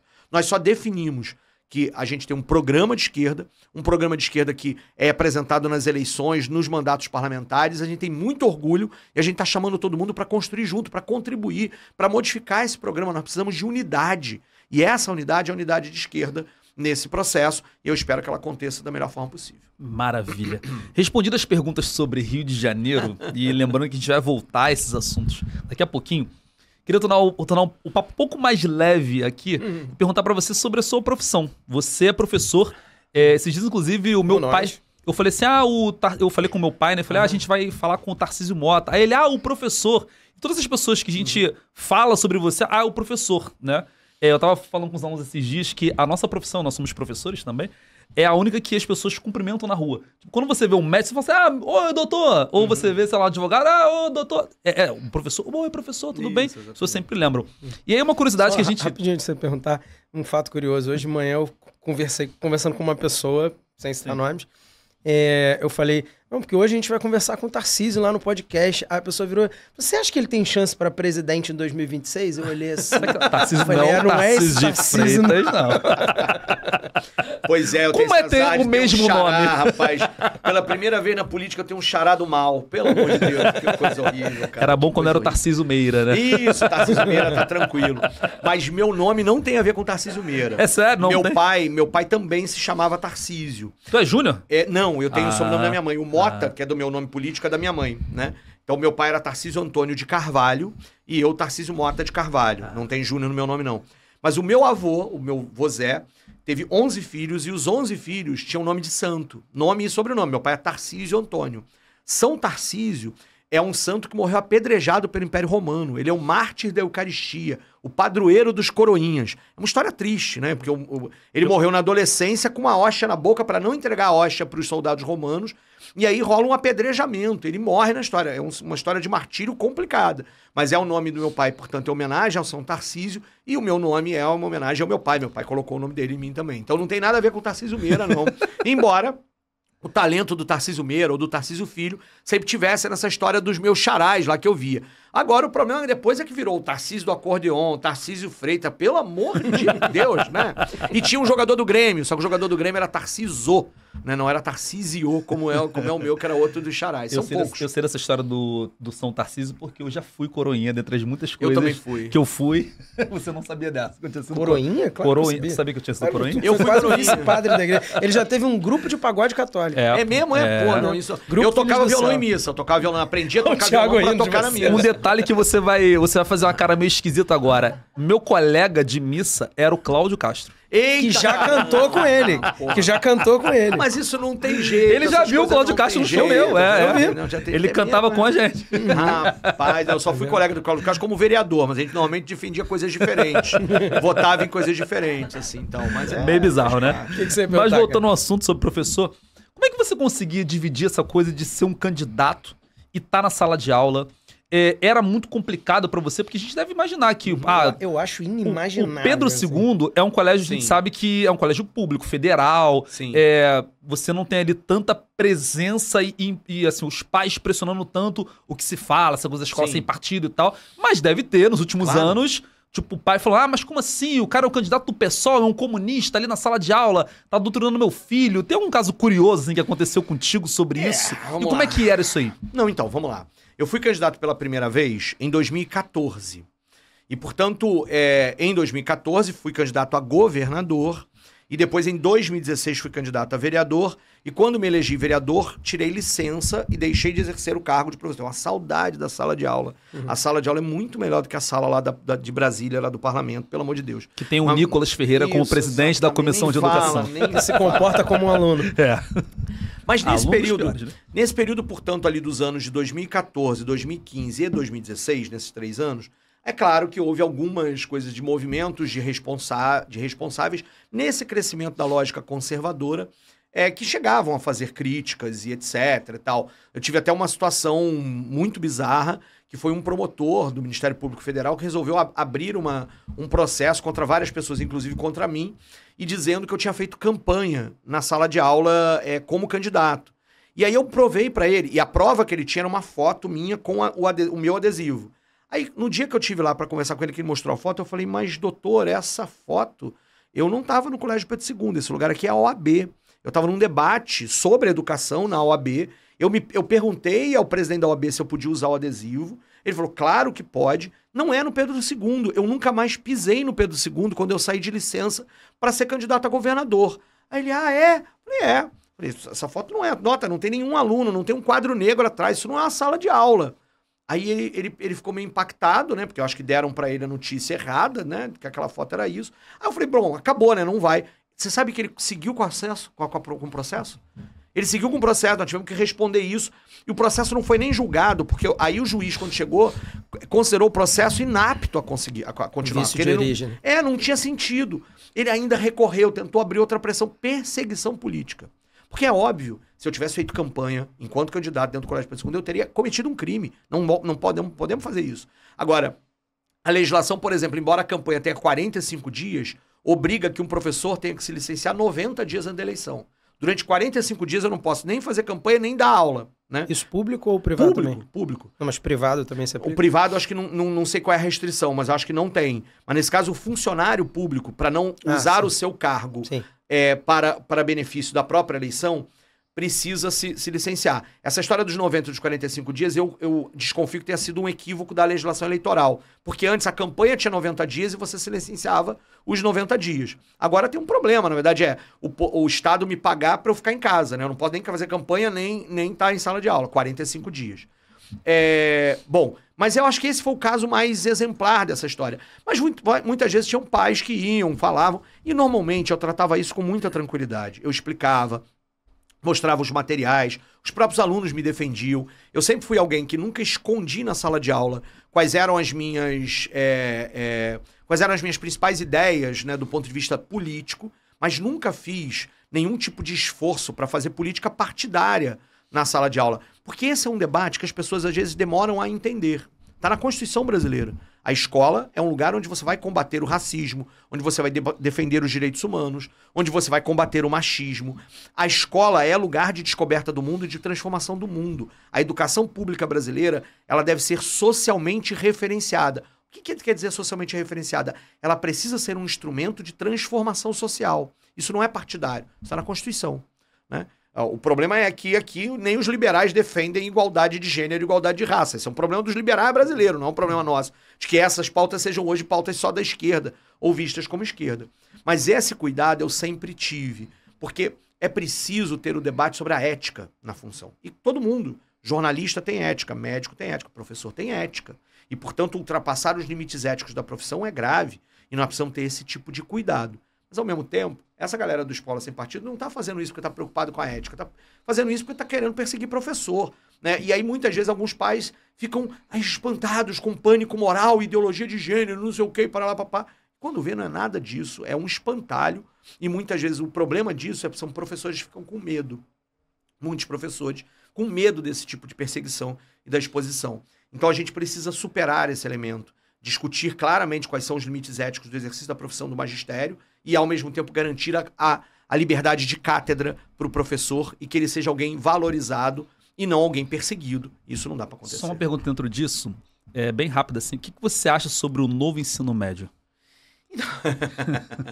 O novo ensino médio, que, na minha opinião, ficou velho muito rápido, né? Porque ele era uma proposta velha. Ele se vendia como novo, a perspectiva de que agora o estudante vai poder escolher o seu itinerário formativo. Quando você viu, o itinerário formativo era brigadeiro gourmet, né? Ou seja, era um elemento... E significava na prática o quê? Os governos se aproveitaram dessa história para diminuir carga horária de professores de história, geografia, filosofia, etc., que diminuía os custos da educação e, ao mesmo tempo, cumpria o papel de tornar a educação menos crítica. A gente precisa ter clareza sobre isso. Eles falam, porque essa coisa da doutrinação, do Escola Sem Partido é um projeto. Quem tem projeto de controlar a educação é a direita. Esse é o projeto, que é exatamente diminuir a capacidade crítica da produção das escolas e garantir que a escola não seja um lugar de descoberta do mundo. E esse elemento, na nossa opinião, é fundamental. E está lá no novo ensino médio. Eu sempre, só te cortando um segundo, eu sempre achei curioso que a galera que defende escolas militares e escolas religiosas defende escola sem partido. É isso, exatamente. Não tem, é um absurdo essa história toda. E aí a luta contra o novo ensino médio era a luta pela educação de qualidade, né? Ou seja, todo filho da classe, todo cidadão tem direito ao acesso ao conhecimento acumulado pela humanidade. E o conhecimento acumulado pela humanidade está dividido em várias disciplinas. E se você começar a lógica dessas disciplinas serem negadas, especialmente para os filhos dos trabalhadores, você está negando o acesso à educação. Porque perguntem se alguma das escolas particulares de elite no Rio de Janeiro tirou história, geografia, filosofia, arte do currículo para poder adaptar. Não, o itinerário formativo é a mais, né? O itinerário formativo é a mais. Esse elemento é fundamental que a gente continue aqui. O debate que nós fizemos na Câmara dos Deputados era, inclusive, quando nós conseguimos resgatar as 2.400 horas na formação geral básica, era minimamente para que você não tenha um ensino, de novo, um ensino dual. Na época do meu pai, do Tarcisão, ele podia escolher entre fazer a formação geral ou o ensino técnico, supostamente técnico. E aí, só que isso era um problema, tinha muito mais formação geral do que ensino técnico. Agora eles quiseram repetir essa lógica, e quando é o ensino técnico, diminuir muito a formação geral básica para formar a mão de obra. Então você forma uma elite que conhece tudo, né, que tem o conhecimento dito propedêutico, e o trabalhador que tem um ensino precarizado para virar mão de obra. Esse risco de você, portanto, precarizar a formação de parte da classe trabalhadora que vai estar destinada a ser mão de obra barata, isso a gente tem que evitar. A gente precisa continuar defendendo um ensino de qualidade para todo mundo. Eu mesmo fiz ensino médio assim. Por mais que eu não fosse da época do teu pai, isso foi autorizado durante bastante tempo. Eu fiz ensino médio há 20 anos atrás formado. Então, tinha formação completa e tinha formação técnica. Aí na formação técnica a gente tinha alguns tempos a menos das outras aulas para ter aula, no meu caso, foi de informática. Sim. E aí, tu vai me perguntar hoje sobre física, química e tal. Eu sou imbecil com física, mas não tive base boa, justamente porque tinha esse espaço aberto para o ensino técnico. Mas, por exemplo, quando você olha para os institutos federais, que eles têm aquilo que a gente chama de um ensino técnico integrado, o que acontece é que a grade curricular está toda lá. Né? E, além disso, você tem o ensino técnico. A gente não é contra a existência do ensino técnico. O nosso problema é que ao gerar a perspectiva de que o ensino técnico significa uma fragilização do currículo, você está negando aos filhos da classe trabalhadora o conhecimento que é direito deles. E vai gerar para os governos, para os mais diferentes governos de direita, que eles utilizem isso para precarizar, contratar menos professor, contratar o tal do notório saber, que é a gente que não tem informação para estar em sala de aula para estar lá. Uma série de problemas que essa galera vai usar para gastar menos em educação e para continuar impedindo que a educação seja o lugar, a escola seja o lugar de descoberta do mundo. Uhum. Eu queria te perguntar sobre eleições, sobre carreira política agora. Você falou de carreira, agora carreira política. Eu acho engraçado, olhando aquela biozinha que a gente fez tua no início, que as duas eleições que talvez te deram mais notoriedade, alcance e tal, foram duas eleições que você não ganhou, né? Sim. Que foram as eleições para governador. Salvo meu engano, me corrija se eu estiver errado, mas eu acho que quando você foi candidato pela primeira vez a governador, você não tinha nem sido vereador ainda, né? Era tipo, vamos começar. Começar por onde? Pelo segundo cargo executivo mais amplo, né? Só então, das maiores metrópoles do país, né? A segunda maior cidade do Brasil. Então, queria te perguntar como é que foi essa experiência, ser candidato a governador, e se você ficou surpreso já, porque você teve um desempenho, né? Para a primeira eleição, acho que foram 700 e poucos mil votos, na segunda 800 e pouco, então foi... Então, eu tinha, nesse momento da minha vida ali por volta de 2013, eu disputo a eleição para a reitoria do Colégio Pedro II. E perdi essa eleição por 1,1%. Né? Se mais 15 técnicos do Pedro II tivessem votado em mim, não no Oscar Lá, que eu era reitor do Pedro II naquele período. Eu perdi essa eleição, portanto, por um pouquinho. Né? A gente discutiu muito um projeto amplo de uma educação emancipatória para o Colégio Pedro II. Mas eu ali, naquele momento, tinha me tornado professor com dedicação exclusiva para o Colégio Pedro II e tinha feito uma opção que, depois de terminada essa eleição para reitor do Colégio Pedro II, eu ia dedicar parte do meu tempo ao processo de formação política do partido. Eu fui filiado ao PSOL desde o início, desde a fundação do PSOL, e eu queria dedicar um tempo para um debate pedagógico, político, dentro do partido. Curso de formação política. Então era isso que eu queria fazer. Só uma pergunta, antes do PSOL você já foi de algum outro partido? Eu fui filiado ao PT durante um breve período. Naquele contexto da campanha do Betinho contra a fome e tal, nos anos 90, eu me filiei ao PT em 1992, 93, portanto, e fico filiado até o final. A campanha de 96 foi um grande problema, em 98 eu me desfilio. Quando há a intervenção que retira a candidatura a governador do Vladimir Palmeira e a Benedita vira vice do Garotinho, eu me desfilei do PT. Eu me desfilei do PT nesse contexto. Eu fiquei filiado ao PT sem grandes vidas partidárias, nunca fui de nenhum núcleo, entre ali 93 e 98, esses 5 anos. Você brigou com o PT antes de ser modinha, né? Exatamente. Exatamente. Bom, e nesse sentido, eu queria ter uma vida partidária mais efetiva. A minha militância era o Sindicato Estadual dos Profissionais da Educação em Caxias e no CEP Central, e depois na vida acadêmica e de profissional no Colégio Pedro II. Eu quero ter uma vida partidária mais efetiva e estava procurando caminhos para trabalhar na formação política. Nessa eleição, quando a gente vai preparar a eleição de 2014, qual era o nosso problema? Nossos principais quadros políticos seriam candidatos à reeleição como deputados. Marcelo Freixo, o Jean Willis, o Chico Alencar. Eram as 3 principais figuras do PSOL naquele momento. E, portanto, nós não tínhamos nenhuma grande figura a ser candidata a governador. Nossos vereadores, ali naquele momento, era o Eliomar Coelho, nosso principal vereador. Ele não queria mais ser candidato a governador, ele queria ver, inclusive, se seria candidato a deputado estadual também, etc. Então, o partido estava sem quadros. Algumas pessoas que tinham visto o meu desempenho para reitor no Colégio Pedro II falaram: esse cara pode dar um bom candidato, esse é bom, o pessoal da educação conhece, ele é bom de debate, ele tem política na cabeça, ele tá preocupado, né, tá querendo engajar. E aí lançaram a ideia, e eu achei uma maluquice. A mesma coisa, eu falei, peraí, eu nunca fui candidato a nada, como é que eu vou ser candidato logo a governador? Quando eu contava para as pessoas, a reação das pessoas era gargalhar na minha cara. Eu falava assim, eu vou ser candidato na eleição que vem. Ah, que bom! A deputado federal, a deputado estadual. Eu falei, não, governador. A pessoa, que isso? Como é que é? Parar! Aí a gente resolveu encarar o desafio. Vamos encarar o desafio, vamos pensar uma candidatura de esquerda para o estado do Rio de Janeiro em 2014, vamos embora. E aí, a candidatura demorou a crescer, por óbvio, eu era bastante desconhecido, até dentro do partido. Tinha muita gente liderando do partido que praticamente não me conhecia. Freixo, Jean e Chico eram as figuras mais conhecidas do partido. Mas à medida em que os debates na televisão começaram a acontecer, a galera falou, pô, peraí, tem um cara diferente aqui. Quais eram os candidatos? Pezão, Garotinho, Crivella, o Lindbergh e eu. né? Portanto, eu era o desconhecido, o professor de rabo de cavalo que mandava bem nos debates. E a galera, nessa altura do campeonato, falou, pô, esse cara é diferente, esse cara é a mudança. Tem uma história muito interessante pra gente analisar, que em 2014 eu incorporei o voto da mudança. Porque os outros 4 candidatos eram candidatos da Dilma, a Dilma subiu nos outros 4 palanques, e do Aécio. O Aécio subia no palanque do Pezão, sobretudo no palanque do Pezão. Ou seja, quem não estava ali naquela história, o único candidato diferente era eu, nessa altura do campeonato. E como eu andei bem nos debates, mandava bem nessa situação, as pessoas começaram a acreditar.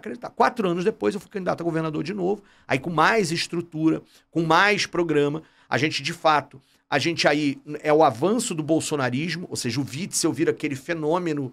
Não, 2 semanas da eleição, o segundo turno era paz e aí o problema a direita pegou a bandeira da mudança. Eu acho que esse é um grande equívoco para depois dar o desastre que deu no governo Witzel. E a gente vai lembrar isso para as pessoas nessa eleição, ou seja, essa bandeira da mudança já esteve na mão da direita e deu no Witzel, né? Deu no Witzel e no Cláudio Castro, que está aí até agora, né? Ou seja, enquanto a gente está discutindo a mudança de fato na candidatura que a gente vai construir, né?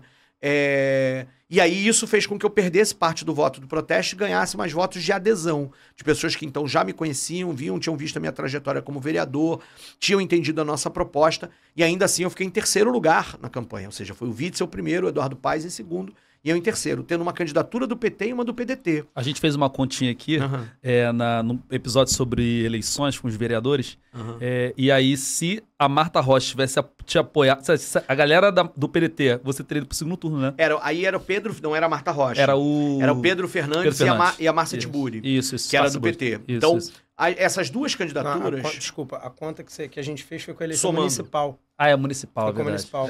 Com a municipal aí era Marta Rocha, Benedita e Isso. Renata Souza. Era E aí isso, dava era segundo isso. turno. Em 2020, nossa candidata a prefeita foi a querida Renata Souza, minha companheira, né, que é hoje uma das deputadas estaduais mais brilhantes da LERJ. E ela foi a nossa candidata a prefeita em 2020 com muito orgulho. Mas essa conta, se você fizer na campanha de 2018, também dá. Nós teríamos empatado com o Eduardo Paes e, portanto, teria ficado ali no Photoshop para saber quem é que iria ao segundo turno para perder a eleição para o Witzel. Porque também, em 2018, era meio inevitável que isso acontecesse nesta onda bolsonarista. Era meio inevitável mesmo. Naquele contexto. Podia ter tudo ter sido diferente se outras coisas tivessem acontecido. Mas o Witzel encarnou a perspectiva da mudança. E isso fez dele um vitorioso pela extrema-direita, surfando na onda bolsonarista naquela história. E deu no que deu. O que nós tentamos dizer é, desde o início, lá em 2014 e 2018, a mudança estava com a gente. A mudança real que as pessoas queriam estava com a gente.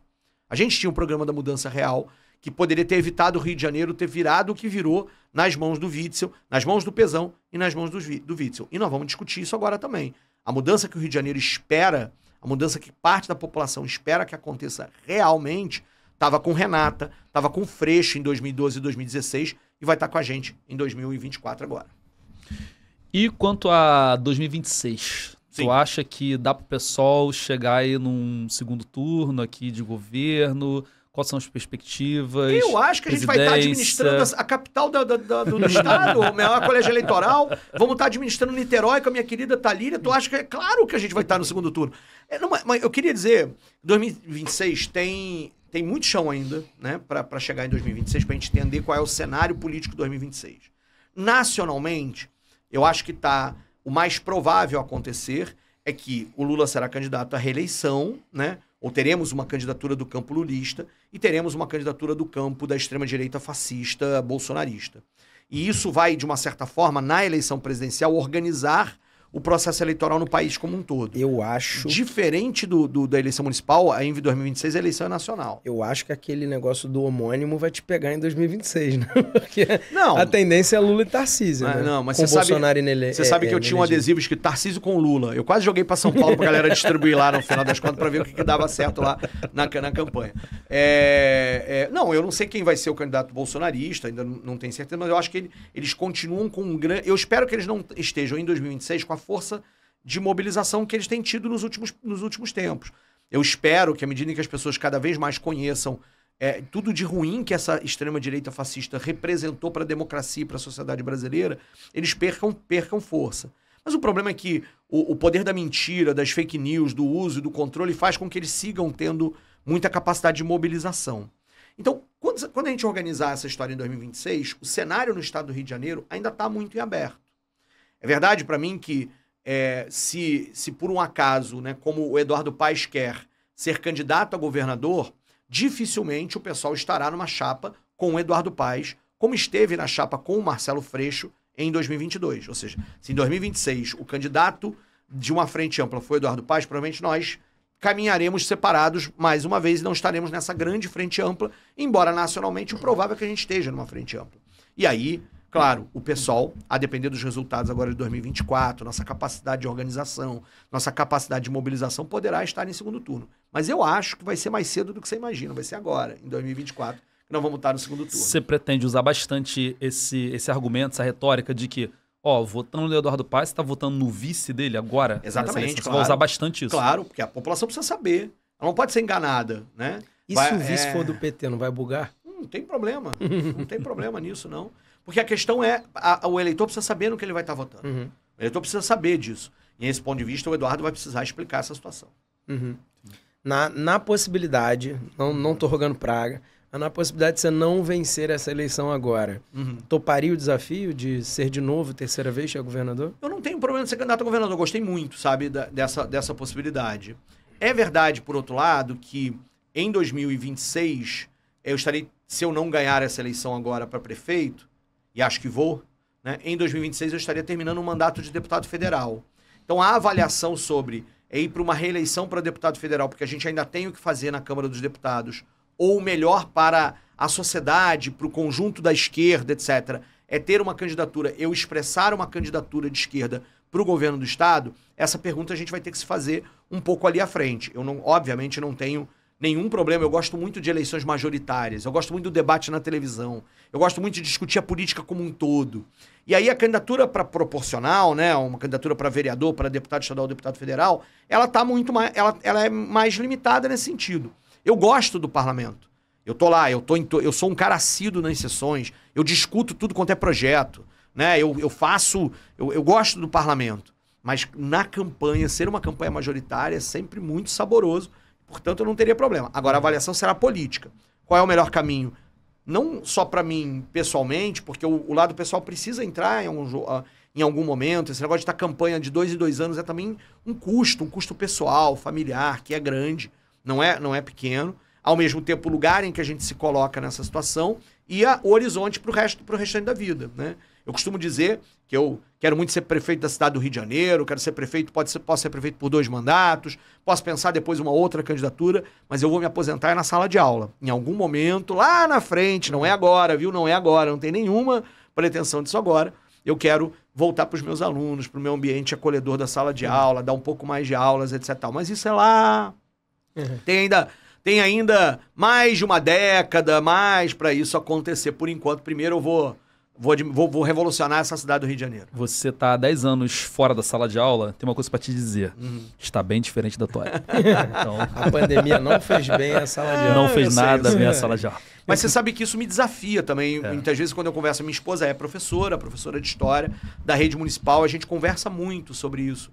E sobre como é que isso tem que desafiar a gente a pensar como é que lida com isso. Porque não é só a sala de aula também. A gente faz debate em universidades agora que estão absolutamente esvaziados. As pessoas estão um tanto quanto saturadas e a volta pós-pandemia criou determinadas situações tal, e o avanço da lógica do celular como elemento central e da rapidez da comunicação, da coisa toda. Isso tudo está criando um clima que é um desafio. Eu queria te perguntar, você falou ainda agora da Renata Souza, né? Falou elogiando ela. A gente não tem nenhuma filiação partidária, mas a gente acompanha, gosta muito de acompanhar a política, ainda mais agora com o podcast, claro. Tá acompanhando muito de perto, né? E ao longo do final do ano passado a gente viu muitas notícias de que aquele processo de escolha da candidatura dentro do PSOL, ele não estava tão harmônico, né? A gente viu o pessoal tendo plenárias aí há 1 ano da eleição, teu nome já estava posto, porque já teve votações internas e tal, e as notícias aqui do lado de fora é que houve disputas e projetos diferentes, correntes diferentes dentro do partido. Sim. Então eu queria perguntar 2 coisas numa só. Uma, que projetos são esses, que correntes, que divergências são essas, e se uma vez escolhido o teu nome, elas estão superadas? Então, o PSOL é um partido plural, embora a extrema-direita queira definir tudo como se fosse uma coisa só, né? às vezes chamam o Camilo Santana de comunista. Eu falo, pelo amor de Deus, né? Vamos lá, comunista sou eu, ele não. Brincadeiras à parte, né? A direita gosta de achar que esquerda é tudo igual, né? Há projetos, há perspectivas diferentes sobre qual é o papel da esquerda, qual é o papel do socialismo na sociedade, como é que se chega a diferenças sobre isso. E o PSOL é um partido plural. Você tem correntes do PSOL que são trotskistas, que tem uma corrente, se filiam a uma determinada linha ideológica do marxismo e do socialismo no século XX. Tem correntes mais leninistas, tem correntes com outras vertentes nesse processo. Isso é natural. E formas de organização diferentes. A Renata, ela é uma figura muito importante. Ela encarna uma série de pautas que no seu corpo, na sua forma, que eu, por exemplo, não tenho condição de encarnar como um protagonismo. A gente defende, obviamente, uma sociedade antirracista. Mas é claro que Renata...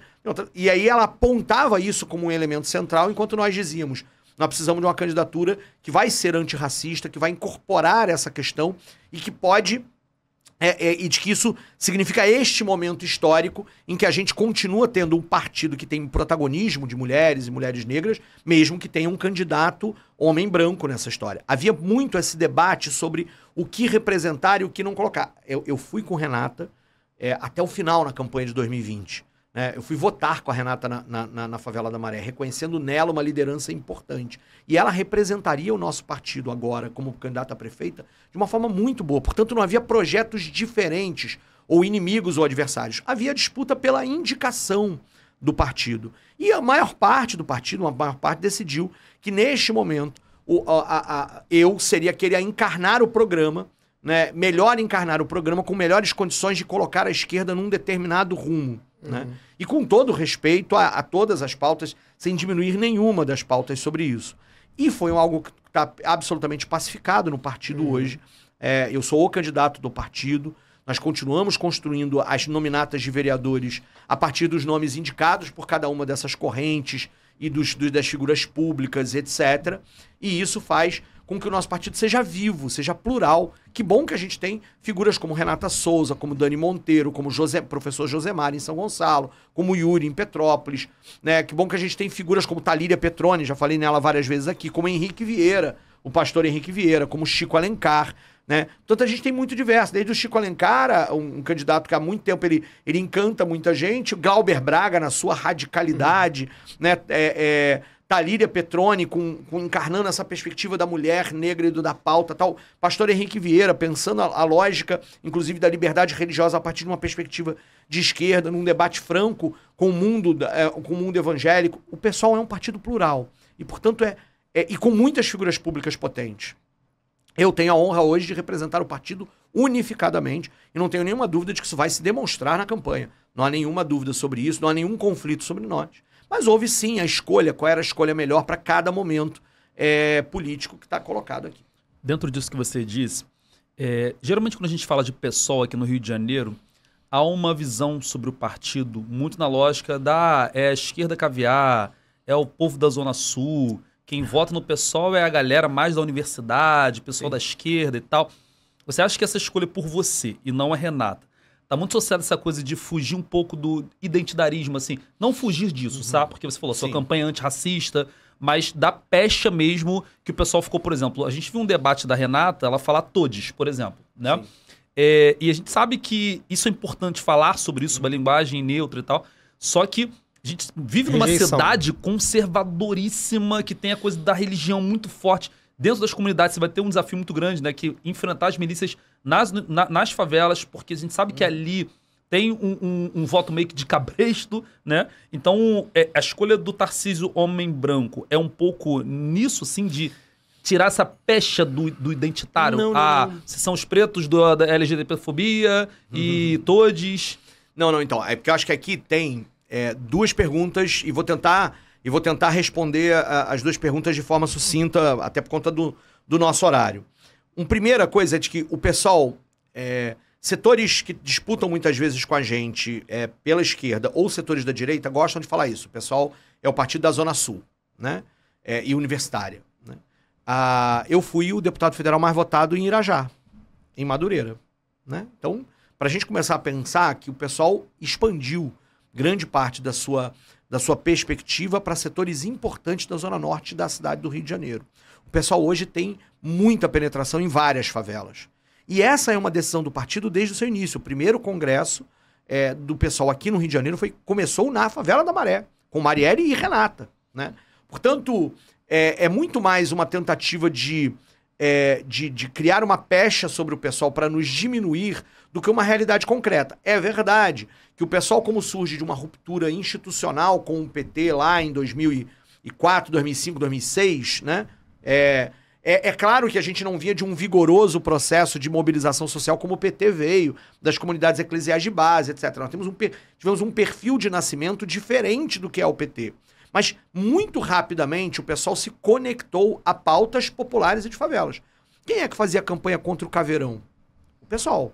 Quem é que fazia campanha, o debate sobre a crítica da política de segurança? O pessoal. Quem é que enfrentou as milícias? O pessoal. São pautas caras para as favelas e periferias na cidade do Rio de Janeiro. Então tem um primeiro elemento que é esse, e a gente vai continuar comprovando isso. Nós vamos crescer nesses espaços. Nós temos hoje um vereador, o William Siri, da região da Zona Oeste, de Campo Grande, e um vereador muito atuante nas pautas da Zona Oeste. Nós vamos avançar nessa situação. Temos um deputado federal que é pastor evangélico. Então, tudo isso é um elemento importante. Tem uma segunda pergunta que é esse elemento.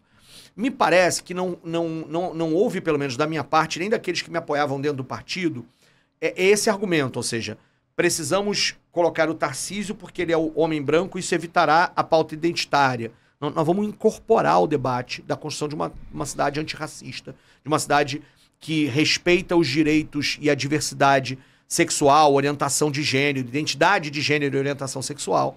Né? Portanto, nós vamos encarnar isso no nosso programa, isso vai estar presente. A pauta feminista vai atravessar o nosso programa. Nós não queremos uma secretaria de mulheres para cuidar da caixinha. Os problemas de mulheres são cuidados aqui por uma secretária, não. Nós vamos querer paridade de gênero, né? Paridade de raça no secretariado, e a questão racial, e a questão de gênero, e a questão... vão atravessar todas as políticas públicas. Isso não vai estar escondido no nosso programa. Nós vamos falar todos, quando for preciso falar todos. Né? E todo mundo que votou na gente no processo de escolha interna sabia disso. Tá? Então, o nosso debate, sobretudo com a Renata, era quem é que melhor representaria a partir da trajetória, a partir do momento, a partir da lógica e da disposição. E aí foi, na nossa opinião, uma resposta... absolutamente tranquila. Renatinha, minha querida amiga, nós estamos juntos nesse processo. Ela está ajudando a construir o programa, está ajudando a construir a nossa candidatura, e todo mundo, que a galera que estava com ela junto, e a gente vai seguir adiante nesse cenário. E é isso. Beleza. A gente ia falar, ele falou da questão das milícias, né? Sim. Uhum. Eu acho que não dá pra gente falar do Rio sem milícia, e a gente sabe que você era amigo pessoal da Marielle. Então, queria ouvir um pouquinho você sobre esse caso, né? Sobre essas descobertas recentes e tal. E tem uma discussão também dentro disso, né? Para você... Sim. Sobre a Câmara, né? Tava discutindo-se agora sobre a soltura do Brasão. Do Chiquinho, né? Por ser um parlamentar. Foi ali seu colega, né? Parlamentar. E como foi essa discussão também dentro disso, né? Sobre a Marielle, sobre... a sua história um pouco ela, mas como foi também essas discussões ali dentro? Se você pudesse falar um pouco pra gente. Eu fui muito amigo de Marielle. Minha esposa foi mais amiga ainda de Marielle. Marielle frequentava a nossa casa, né? Em 2014, quando eu contei pra você essa história de ter sido minha primeira candidatura, teve uma reportagem da Folha de São Paulo sobre as primeiras damas, as possíveis primeiras damas, né? E quem foi fazer o media training com a minha esposa, com a Gabriela, foi a Marielle, né? Marielle, portanto, conhecia meus filhos conheciam Marielle. Portanto, uma relação pessoal. Quando Marielle decidiu ser candidata a vereadora, eu fui uma das pessoas que ela consultou. Eu fui uma das pessoas que incentivou que Marielle fosse candidata a vereadora.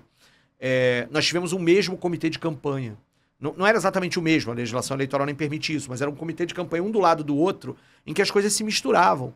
Quando ia um carro levar meu material para a Zona Oeste, levava o material dela. Quando ia um carro dela levar o material dela, levava o meu. A gente tinha banquinha, aquele lugar onde o eleitor pode passar e pegar material, com material dos dois candidatos a vereador. A eleição no Brasil é tão estranha que você disputa a vaga com o teu colega de partido, né? Então, muitas vezes, o teu primeiro adversário é o teu colega de partido. Eu e Marielle dissemos, não somos adversários. Nós queremos eleger os dois, vamos junto nisso. No final da campanha, e muitos eleitores me encontram na rua, lembram disso, as pessoas dizem assim, Tarcísio, eu ia votar em você, mas eu ouvi Marielle, eu vou votar na Marielle. Eu dizia, vota na Marielle. Pô, como é que raio de candidato que diz pra eu votar no outro? Aí eu falava, gente, vota na Marielle, é isso mesmo, tem que votar nela também. Né? Vamos lá, vamos eleger junto. E no final, a Marielle foi aquele furacão. Né? Eu fui o segundo vereador mais votado da cidade do Rio de Janeiro, fiquei atrás do Carlos Bolsonaro. 4 anos depois eu dei o troco, fiquei na frente dele. Mas a grande vitória, a grande surpresa, a minha votação não era inesperada, porque eu tinha sido candidato a governador, muito bem sucedido. Né? Se você fizesse uma espécie de taxa de conversão de votos entre candidato a governador e a vereador, dava mais ou menos aquilo. Eu fui bem sucedido nesse ponto também. Fiquei só atrás do Bittar, lá nos anos 90, em que ele fez essa mesma trajetória e teve uma taxa de conversão, digamos assim, melhor. Mas a grande novidade foi Marielle. Marielle, ao fazer os seus 45 mil votos, era... De onde veio? Veio daquela força. Veio do dinamismo do movimento negro e do movimento feminista, que estava procurando pessoas para representar no parlamento exatamente isso. E isso foi muito potente. Então é claro que o assassinato da Marielle sempre mexe comigo, falar disso. Nós tínhamos o gabinete um do lado do outro. Tinha uma divisória atrás de mim e atrás dela, onde as nossas mesas, eu sentava aqui na minha mesa, dentro do meu gabinete, lugar que eu atendia as pessoas, e tinha uma divisória e ela, com a mesma lógica, sentada lá de costas, quase como tal. Quando ela ia gravar um vídeo, ela batia, né? Ô, gordinho, fala baixo aí que você tá atrapalhando o vídeo que eu tô gravando. E eu batia, Marielle, porra, cala a boca, eu preciso gravar. Assim, nesse nível, nós nos consultávamos. Ela dizia assim, Tarcísio, você vai votar como nesse projeto? Na hora da votação, no dia, a gente tinha confiança política. Porque às vezes era uma bancada de 6 vereadores, podíamos ter divergência sobre como votar. Mas eu e Marielle tínhamos confiança política, tínhamos construído a campanha junto, tínhamos ideia junto. Ela seria minha candidata a vice-governadora em 2018. Isso seria definido entre nós numa reunião no dia 15 de março de 2018, no dia seguinte, né? Que ela foi assassinada. Então, mexe muito comigo, né? Mexe muito comigo. Porque era a perda de uma querida amiga, de uma companheira, assassinada porque era vereadora como eu. Assassinada porque era vereadora eleita tendo feito campanha comigo. Sabe? É muito pesado. É pesado de várias formas para várias pessoas. É claro que é muito mais pesado para Mônica Benício, né? Esposa dela, companheira dela, para Luiara, para Marinette, para seu Toninho, para Aniele, para a família, né, da Marielle é mais pesado. É claro que é muito pesado para outras mulheres negras que estavam na política e que resolveram se lançar de cabeça na política depois disso. Dani Monteiro, Mônica Francisco, Renata Souza eram assessoras de Marielle. Talíria Petroni, que então era vereadora, e diz, agora eu vou ser candidata a deputada federal porque a gente precisa ampliar esse nosso espaço. É claro que é pesado. E para mim toca nesse campo que eu estava contando para você. Então para mim foi sempre muito difícil. E sempre muito angustiante por causa dessa história. E no final, quem mandou matar? Né? E no final, quem foi? Por quê? Qual o motivo? Daí a raiva, quando você lê o relatório da Polícia Federal e nota assim, cacete, os caras decidiram matar a Marielle pra meter medo na gente mesmo. Era deliberado, era isso, era pra calar a gente. É um crime político, é um atentado político. A gente usa às vezes pouco a palavra atentado. É um atentado político contra um grupo político. Contra aqueles que enfrentavam as milícias. Isso é um problema da democracia muito grave. É um atentado, sabe? E vindo de lugares que estão dentro do aparelho de Estado. Conselheiro do Tribunal de Contas, um deputado federal que na época era vereador, mas que foi secretário até pouco tempo atrás, secretário de Ação Comunitária, e o chefe de Polícia Civil, que era chefe da divisão de homicídios naquele momento, tinha sido, antes, e tinha sido, e ele trabalhou para acobertar a investigação do crime. Gente, que é isso? Onde é que a gente foi parar? E por isso era tão grave pra gente que articulações desse grupo estivessem tramando a soltura dele para a Câmara dos Deputados. Muito assustador. De imaginar que o Chiquinho Brazão pudesse ser solto porque havia uma disputa corporativa. Era assim que a direita estava falando. Olha, hoje é o Chiquinho, amanhã pode ser você. Aí eu respondia, é só não matar, cara. É só não ser assassino. Que não vai ser com você. Que história é essa? Que loucura maluca é essa? Tentando pegar a história de que isso tinha a ver com o Xandão e o STF. Aí eu falava, separa as contas. Como assim? Você tá achando que o Chiquinho é um de nós? Uma de nós era a Marielle, que era parlamentar que foi morta por causa das suas ideias. É isso que você vai compactuar? Que uma pessoa seja assassinada porque defende um determinado espectro político? Seja corporativo com Marielle, não com Chiquinho Brazão, porra. Porque é isso que você tá... Que maluquice é essa de agora? Não, a fragilidade. Eu falei, pô, o cara foi... o mandado de prisão passou pela Procuradoria-Geral da República, foi, né, a decisão do Alexandre de Moraes corroborada por unanimidade pela segunda turma do STF. Segunda turma, não sei se é segunda ou primeira, acho que é a segunda turma do STF. Por uma da turma do STF. Aí agora, né, eles que são tão punitivistas resolvem, né, dizer, não, tem que ter liberdade, não sei o que. Eu falei, caraca, mané, como assim eu, como deputado, sei mais do que a PGR, do que o STF, etc. Esse instituto da própria Câmara decidir se solta ou não um parlamentar, ele tem o objetivo de impedir perseguição política, de que o poder, de que o Estado prenda um opositor político para impedi-lo de falar. Quando é que a prisão do Chiquinho Brazão tem o que a ver com isso? É o contrário. Não era possível isso. Ah, tem que ser preso em flagrante, em crime inafiançável. Aí vem um debate da tecnicalidade jurídica, que é importante. Mas estava claro ali que a fiança estava afastada, que a prisão era em flagrante porque era um crime continuado de formação, né, de uma organização criminosa e, portanto, não havia problema por isso. E mais do que isso, o princípio dessa história de só pode ser preso em flagrante por crime inafiançável é para proteger a democracia, não para proteger o parlamentar. Não pode ser imunidade parlamentar, não pode ser impunidade parlamentar. São coisas que não podem se confundir. E daí o espanto todo, ainda bem que nós não dependemos da bancada do Rio de Janeiro, né? Porque dos 46 do Rio de Janeiro, só 18 voltaram pela manutenção. Se o Congresso Nacional fosse a bancada do Rio de Janeiro, Chiquinho Brazão estaria solto. E estaria solto por quê? Porque o marco de poder miliciano está presente naquela bancada. Está presente claramente naquela bancada. Os bolsonaristas, que nesse caso, né, votaram numa lógica e estavam o tempo inteiro nessa lógica, dizer que o Chiquinho Brazão era petista, sem pé nem cabeça. Sem pé nem cabeça. Mas se você afasta os bolsonaristas, tá lá votando quem é da família Cunha, quem é da família Vaguinho, quem é da família Reis. Eduardo Cunha tava lá, né? Eduardo Cunha tava lá. Quem é da família Reis. As grandes famílias da política no Rio de Janeiro, na Baixada Fluminense, na Zona Oeste, elas votaram pela libertação do Brazão porque tem relações com esses grupos. Porque tem relações de compromisso político, porque fazem parte de um mesmo marco miliciano de poder que precisa ser enfrentado. E por isso a gente segue dizendo que com milícia não tem jogo.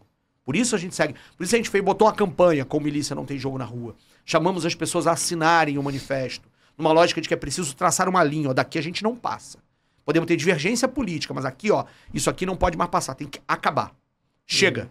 Chega. Esse elemento tem a ver com a morte da Marielle, porque vai do pessoal, que é isso que eu contava para vocês no início, a essa consciência da importância política que o crime do assassinato de Marielle Franco tomou na nossa democracia. Deixa eu te fazer uma última pergunta sobre esse assunto para a gente poder fazer aquele pinga-fogo lá com a resposta da audiência.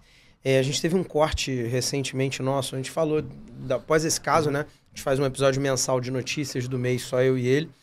E aí teve uma fala minha nesse episódio, que virou um corte, e que deu uma viralizada, porque caiu numas bolhas diferentes ali no Instagram, e deu um monte de merda, um monte de gente me xingando e tal. Que eu começo o corte dizendo, se o Bolsonaro tivesse sido eleito em 2022, o caso da Marielle provavelmente não teria sido solucionado. Não porque ele tenha nada a ver com isso, mas porque o movimento para a investigação, que passa muito pelo Flávio Dino, Ministério da Justiça, toda a questão do fortalecimento das milícias também aqui no Rio de Janeiro. A liberdade para a Polícia Federal. A liberdade da Polícia Federal. Né? Concorda com essa frase?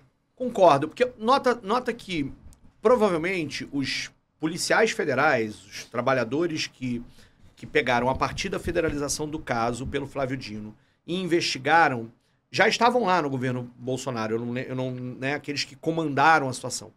Mas o problema é que os lugares de comando da Polícia Federal e a própria forma como o governo federal lidava com a Polícia Federal era diferente. E aí, é isso.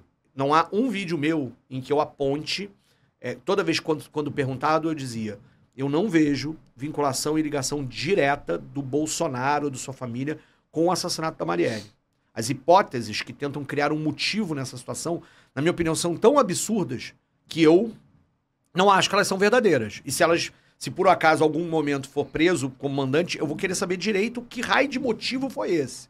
Eu sempre disse isso, porque é isso, as pessoas analisam o que acontecia em março de 2018 como se o Bolsonaro já tivesse sido eleito, como se o Flávio Bolsonaro já tivesse sido candidato ou tivesse alguma ameaça para ser senador. Nada disso estava colocado ali em março de 2018.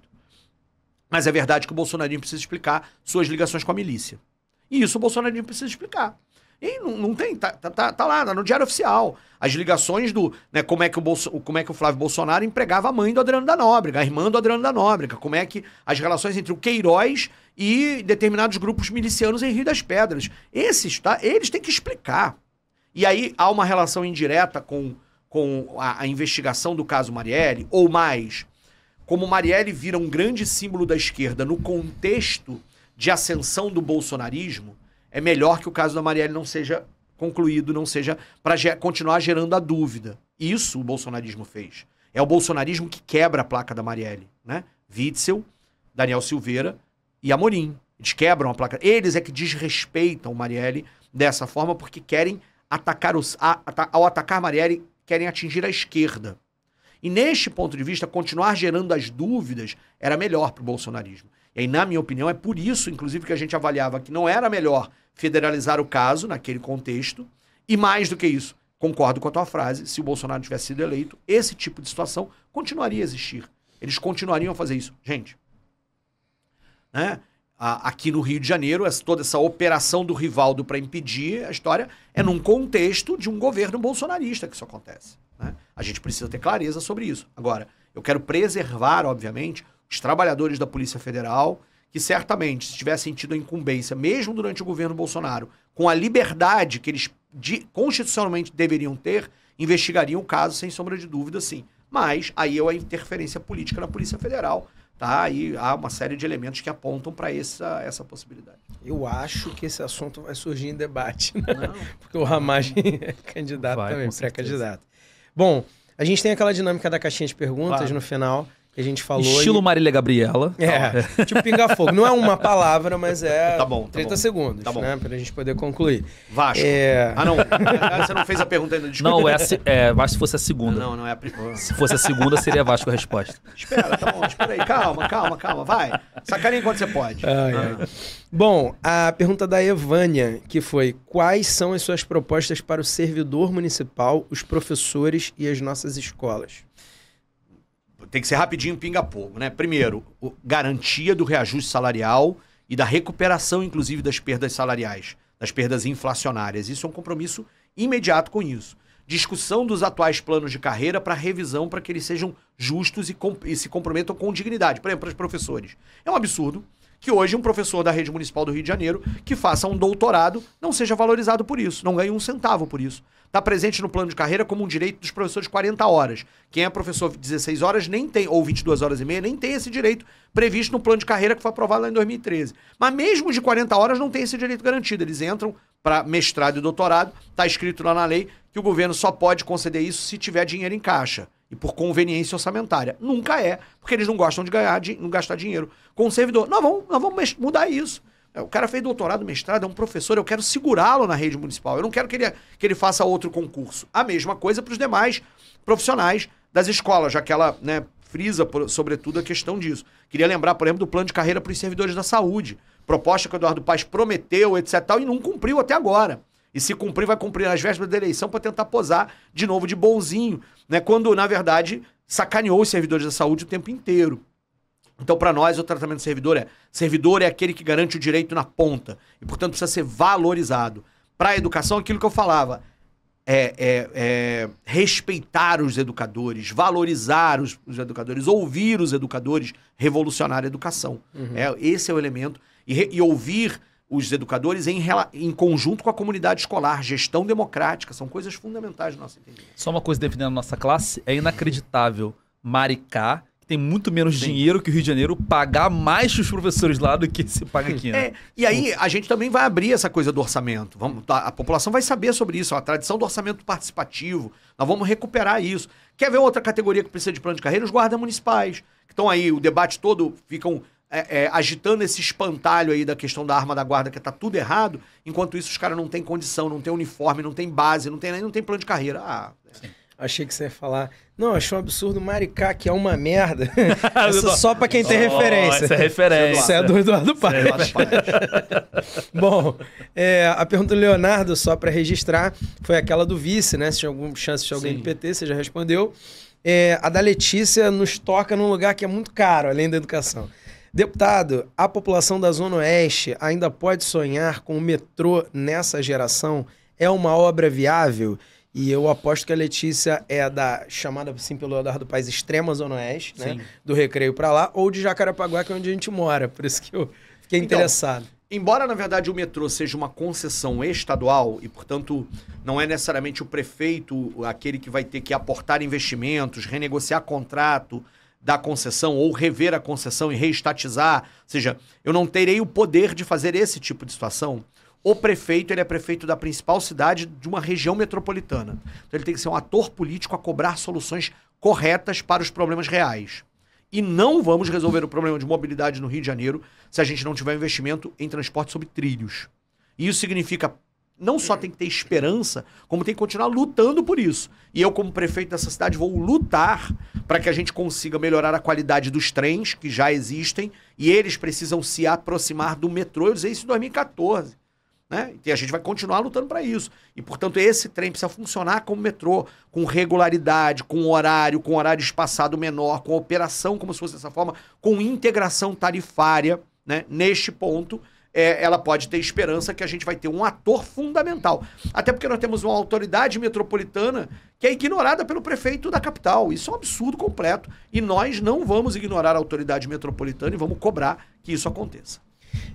Sobre essa questão do metrô, teve alguma entidade aí do movimento civil, eu não sei quem foi agora, eu não vou falar para acabar não errando, que enviou um projeto do metrô integrando a Zona Norte ao metrô da Barra da Tijuca. Eu vi. Aí tinha o metrô Estação Barro Vermelho, que daria pra ir andando da nossa casa, Praça da Lona Cultural. A gente mora no Pechincha, meu Deus, imagina isso, cara. Eu não ia dirigir nunca mais. Gente, o metrô no Rio de Janeiro é uma vergonha. Essa tripa em linha única, pelo amor de Deus. É inacreditável. A pergunta 4 foi do Diogo. Ele falou, Tarcísio, você se decepcionou com as mudanças de partido por conveniência do Marcelo Freixo? Então, Freixo é um grande camarada, fundamental para a esquerda carioca. Eu tenho muito orgulho de todas as vezes que votei no Marcelo Freixo. Tive muitas conversas com ele quando ele decidiu sair do PSOL. Tentei convencê-lo a permanecer no PSOL, porque acho que ele cabia no PSOL. Mas, de fato, é claro, eu discordei da saída dele do PSOL, a ida dele para o PSB. E acho, né, que essa perspectiva dele hoje, ele foi para o PT, e aí é isso, né? Ele tem mais identidade, a eleição do governo Lula, etc e tal. Está hoje como presidente da Embratur, faz lá um bom trabalho na questão da Embratur e tem defendido que o PT apoia Eduardo Paes. Isso, de fato, me decepciona. Eu não vou esconder que eu acho que ele faz parte daqueles que dentro do PT estão errando na avaliação política e, na minha opinião, é claro, a trajetória do Marcelo, né, deveria apontar para um outro caminho que não esse da aliança com Eduardo Paes. Eu espero, né, mas tenho o maior respeito pelo Eduardo, pelo Marcelo. Eu esses dias estava conversando também num programa, numa live, e eu dizia isso. O Marcelo, com todo respeito, o Marcelo responde a uma pergunta que é uma pergunta legítima de forma diferente do que eu respondo.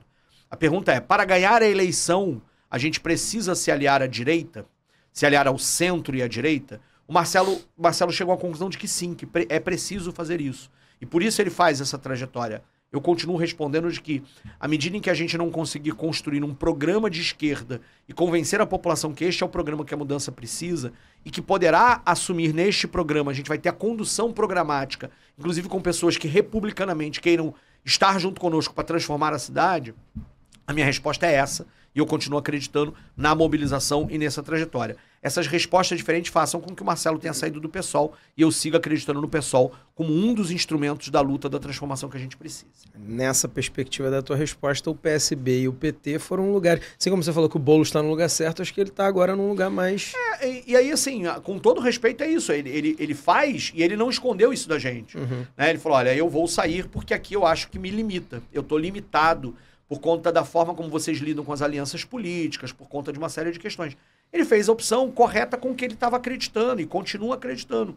Eu discordo. E, em certa medida, a pergunta dele é se eu me decepcionei. Claro, né, é uma figura que a gente apostou muito da nossa vida e da nossa coisa, uma liderança. Ele foi muito importante, ele é muito importante. Eu tenho orgulho dos votos que dei no Marcelo Freixo. E aí é claro que tem um pouco de decepção. Mas respeito a decisão dele, acho que é isso. Seguimos seguimos amigos nesse processo, ele não é meu inimigo, ele não é meu adversário, só discordamos desse ponto, da resposta que ele dá a essa pergunta e das opções que ele fez. Seria adversário num futurologismo aqui nosso, se em 2026 o pessoal viesse um candidato ao governo e ele se lançasse candidato ao governo, né? Claro, aí seria um adversário. Aí nós teríamos que avaliar. Na última vez que isso aconteceu, em 2022, ele se lançou candidato a governador pelo PSB e o pessoal decidiu muito rapidamente apoiar o Marcelo Freixo. Não fomos adversários, ou seja, não houve ainda esse elemento. Claro, se ele apoiar o Eduardo Paes, provavelmente ele vai estar apoiando um candidato e o outro. Então nós vamos estar disputando em lugares diferentes. Sim. Mas pessoalmente, na relação pessoal e no que eu acredito que o Marcelo ainda acredita, nós não somos inimigos, não somos adversários. Temos respostas diferentes para uma pergunta legítima. Né? Tá. A Luciana enviou assim, a pergunta que não quer calar, Tarcísio, Eduardo Paes já está reeleito? Claro que não. Quem é que acredita nisso? Gente, olhem as nossas últimas eleições, olhem os processos, né?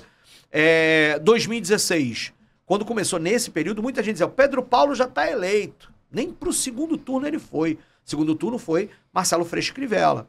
2020, né? 2020 de novo, aí o Eduardo Paes aparece como potência, mas foi uma história, foi pro segundo turno com o Crivella e muito apertado nesse processo. Aí pegamos 2018, ninguém, na semana da eleição, ninguém apostava que o Witzel seria eleito. Portanto, há muita coisa para jogar aí. O Eduardo Paes, ele tem um desgaste natural de ter sido prefeito durante tanto tempo. Aqueles que querem a mudança não vão votar no Eduardo Paes. O Eduardo Paes é a solução de continuidade. E ele faz muito marketing, mas ele não vai conseguir, porque a cidade está cheia de problemas. E esses problemas vão cair na conta dele. Ele é hoje o cara mais conhecido, e com isso ele está na frente das pesquisas. Mas as pesquisas não pegaram ainda uma série de elementos, e elas vão pegar ali para frente. As pessoas vão perceber que tem alternativas. E quando perceber que tem alternativas, aí o Eduardo vai começar a cair nas pesquisas, e aí é onde a gente vai crescer. Posso oferecer uma ponderação antes da última pergunta? Claro. Tem um componente também do eleitor do Rio de Janeiro de continuismo, né? Senão a gente não teria reeleito Pezão, Castro, que eram figuras desconhecidas e que... Não, mas o Garotinho era bastante conhecido, mas tinha sido candidato a presidente e tal. Mas tô falando figuras que eram desconhecidas e que eram o vice que assumiu, né? Você lembra qual era o lema do Pezão em 2014, quando ele ganhou? Você lembra? Não, de cabeça não. A mudança deve continuar. Até ele falava em mudança, tá? Só pra... A mudança deve continuar. Entendeu? Jogadas de marqueteiro para poder fazer essa história toda. O Castro é eleito em 2022 no uso da máquina pública a partir da privatização da SEDAI e dos esquemas da CEPERJ.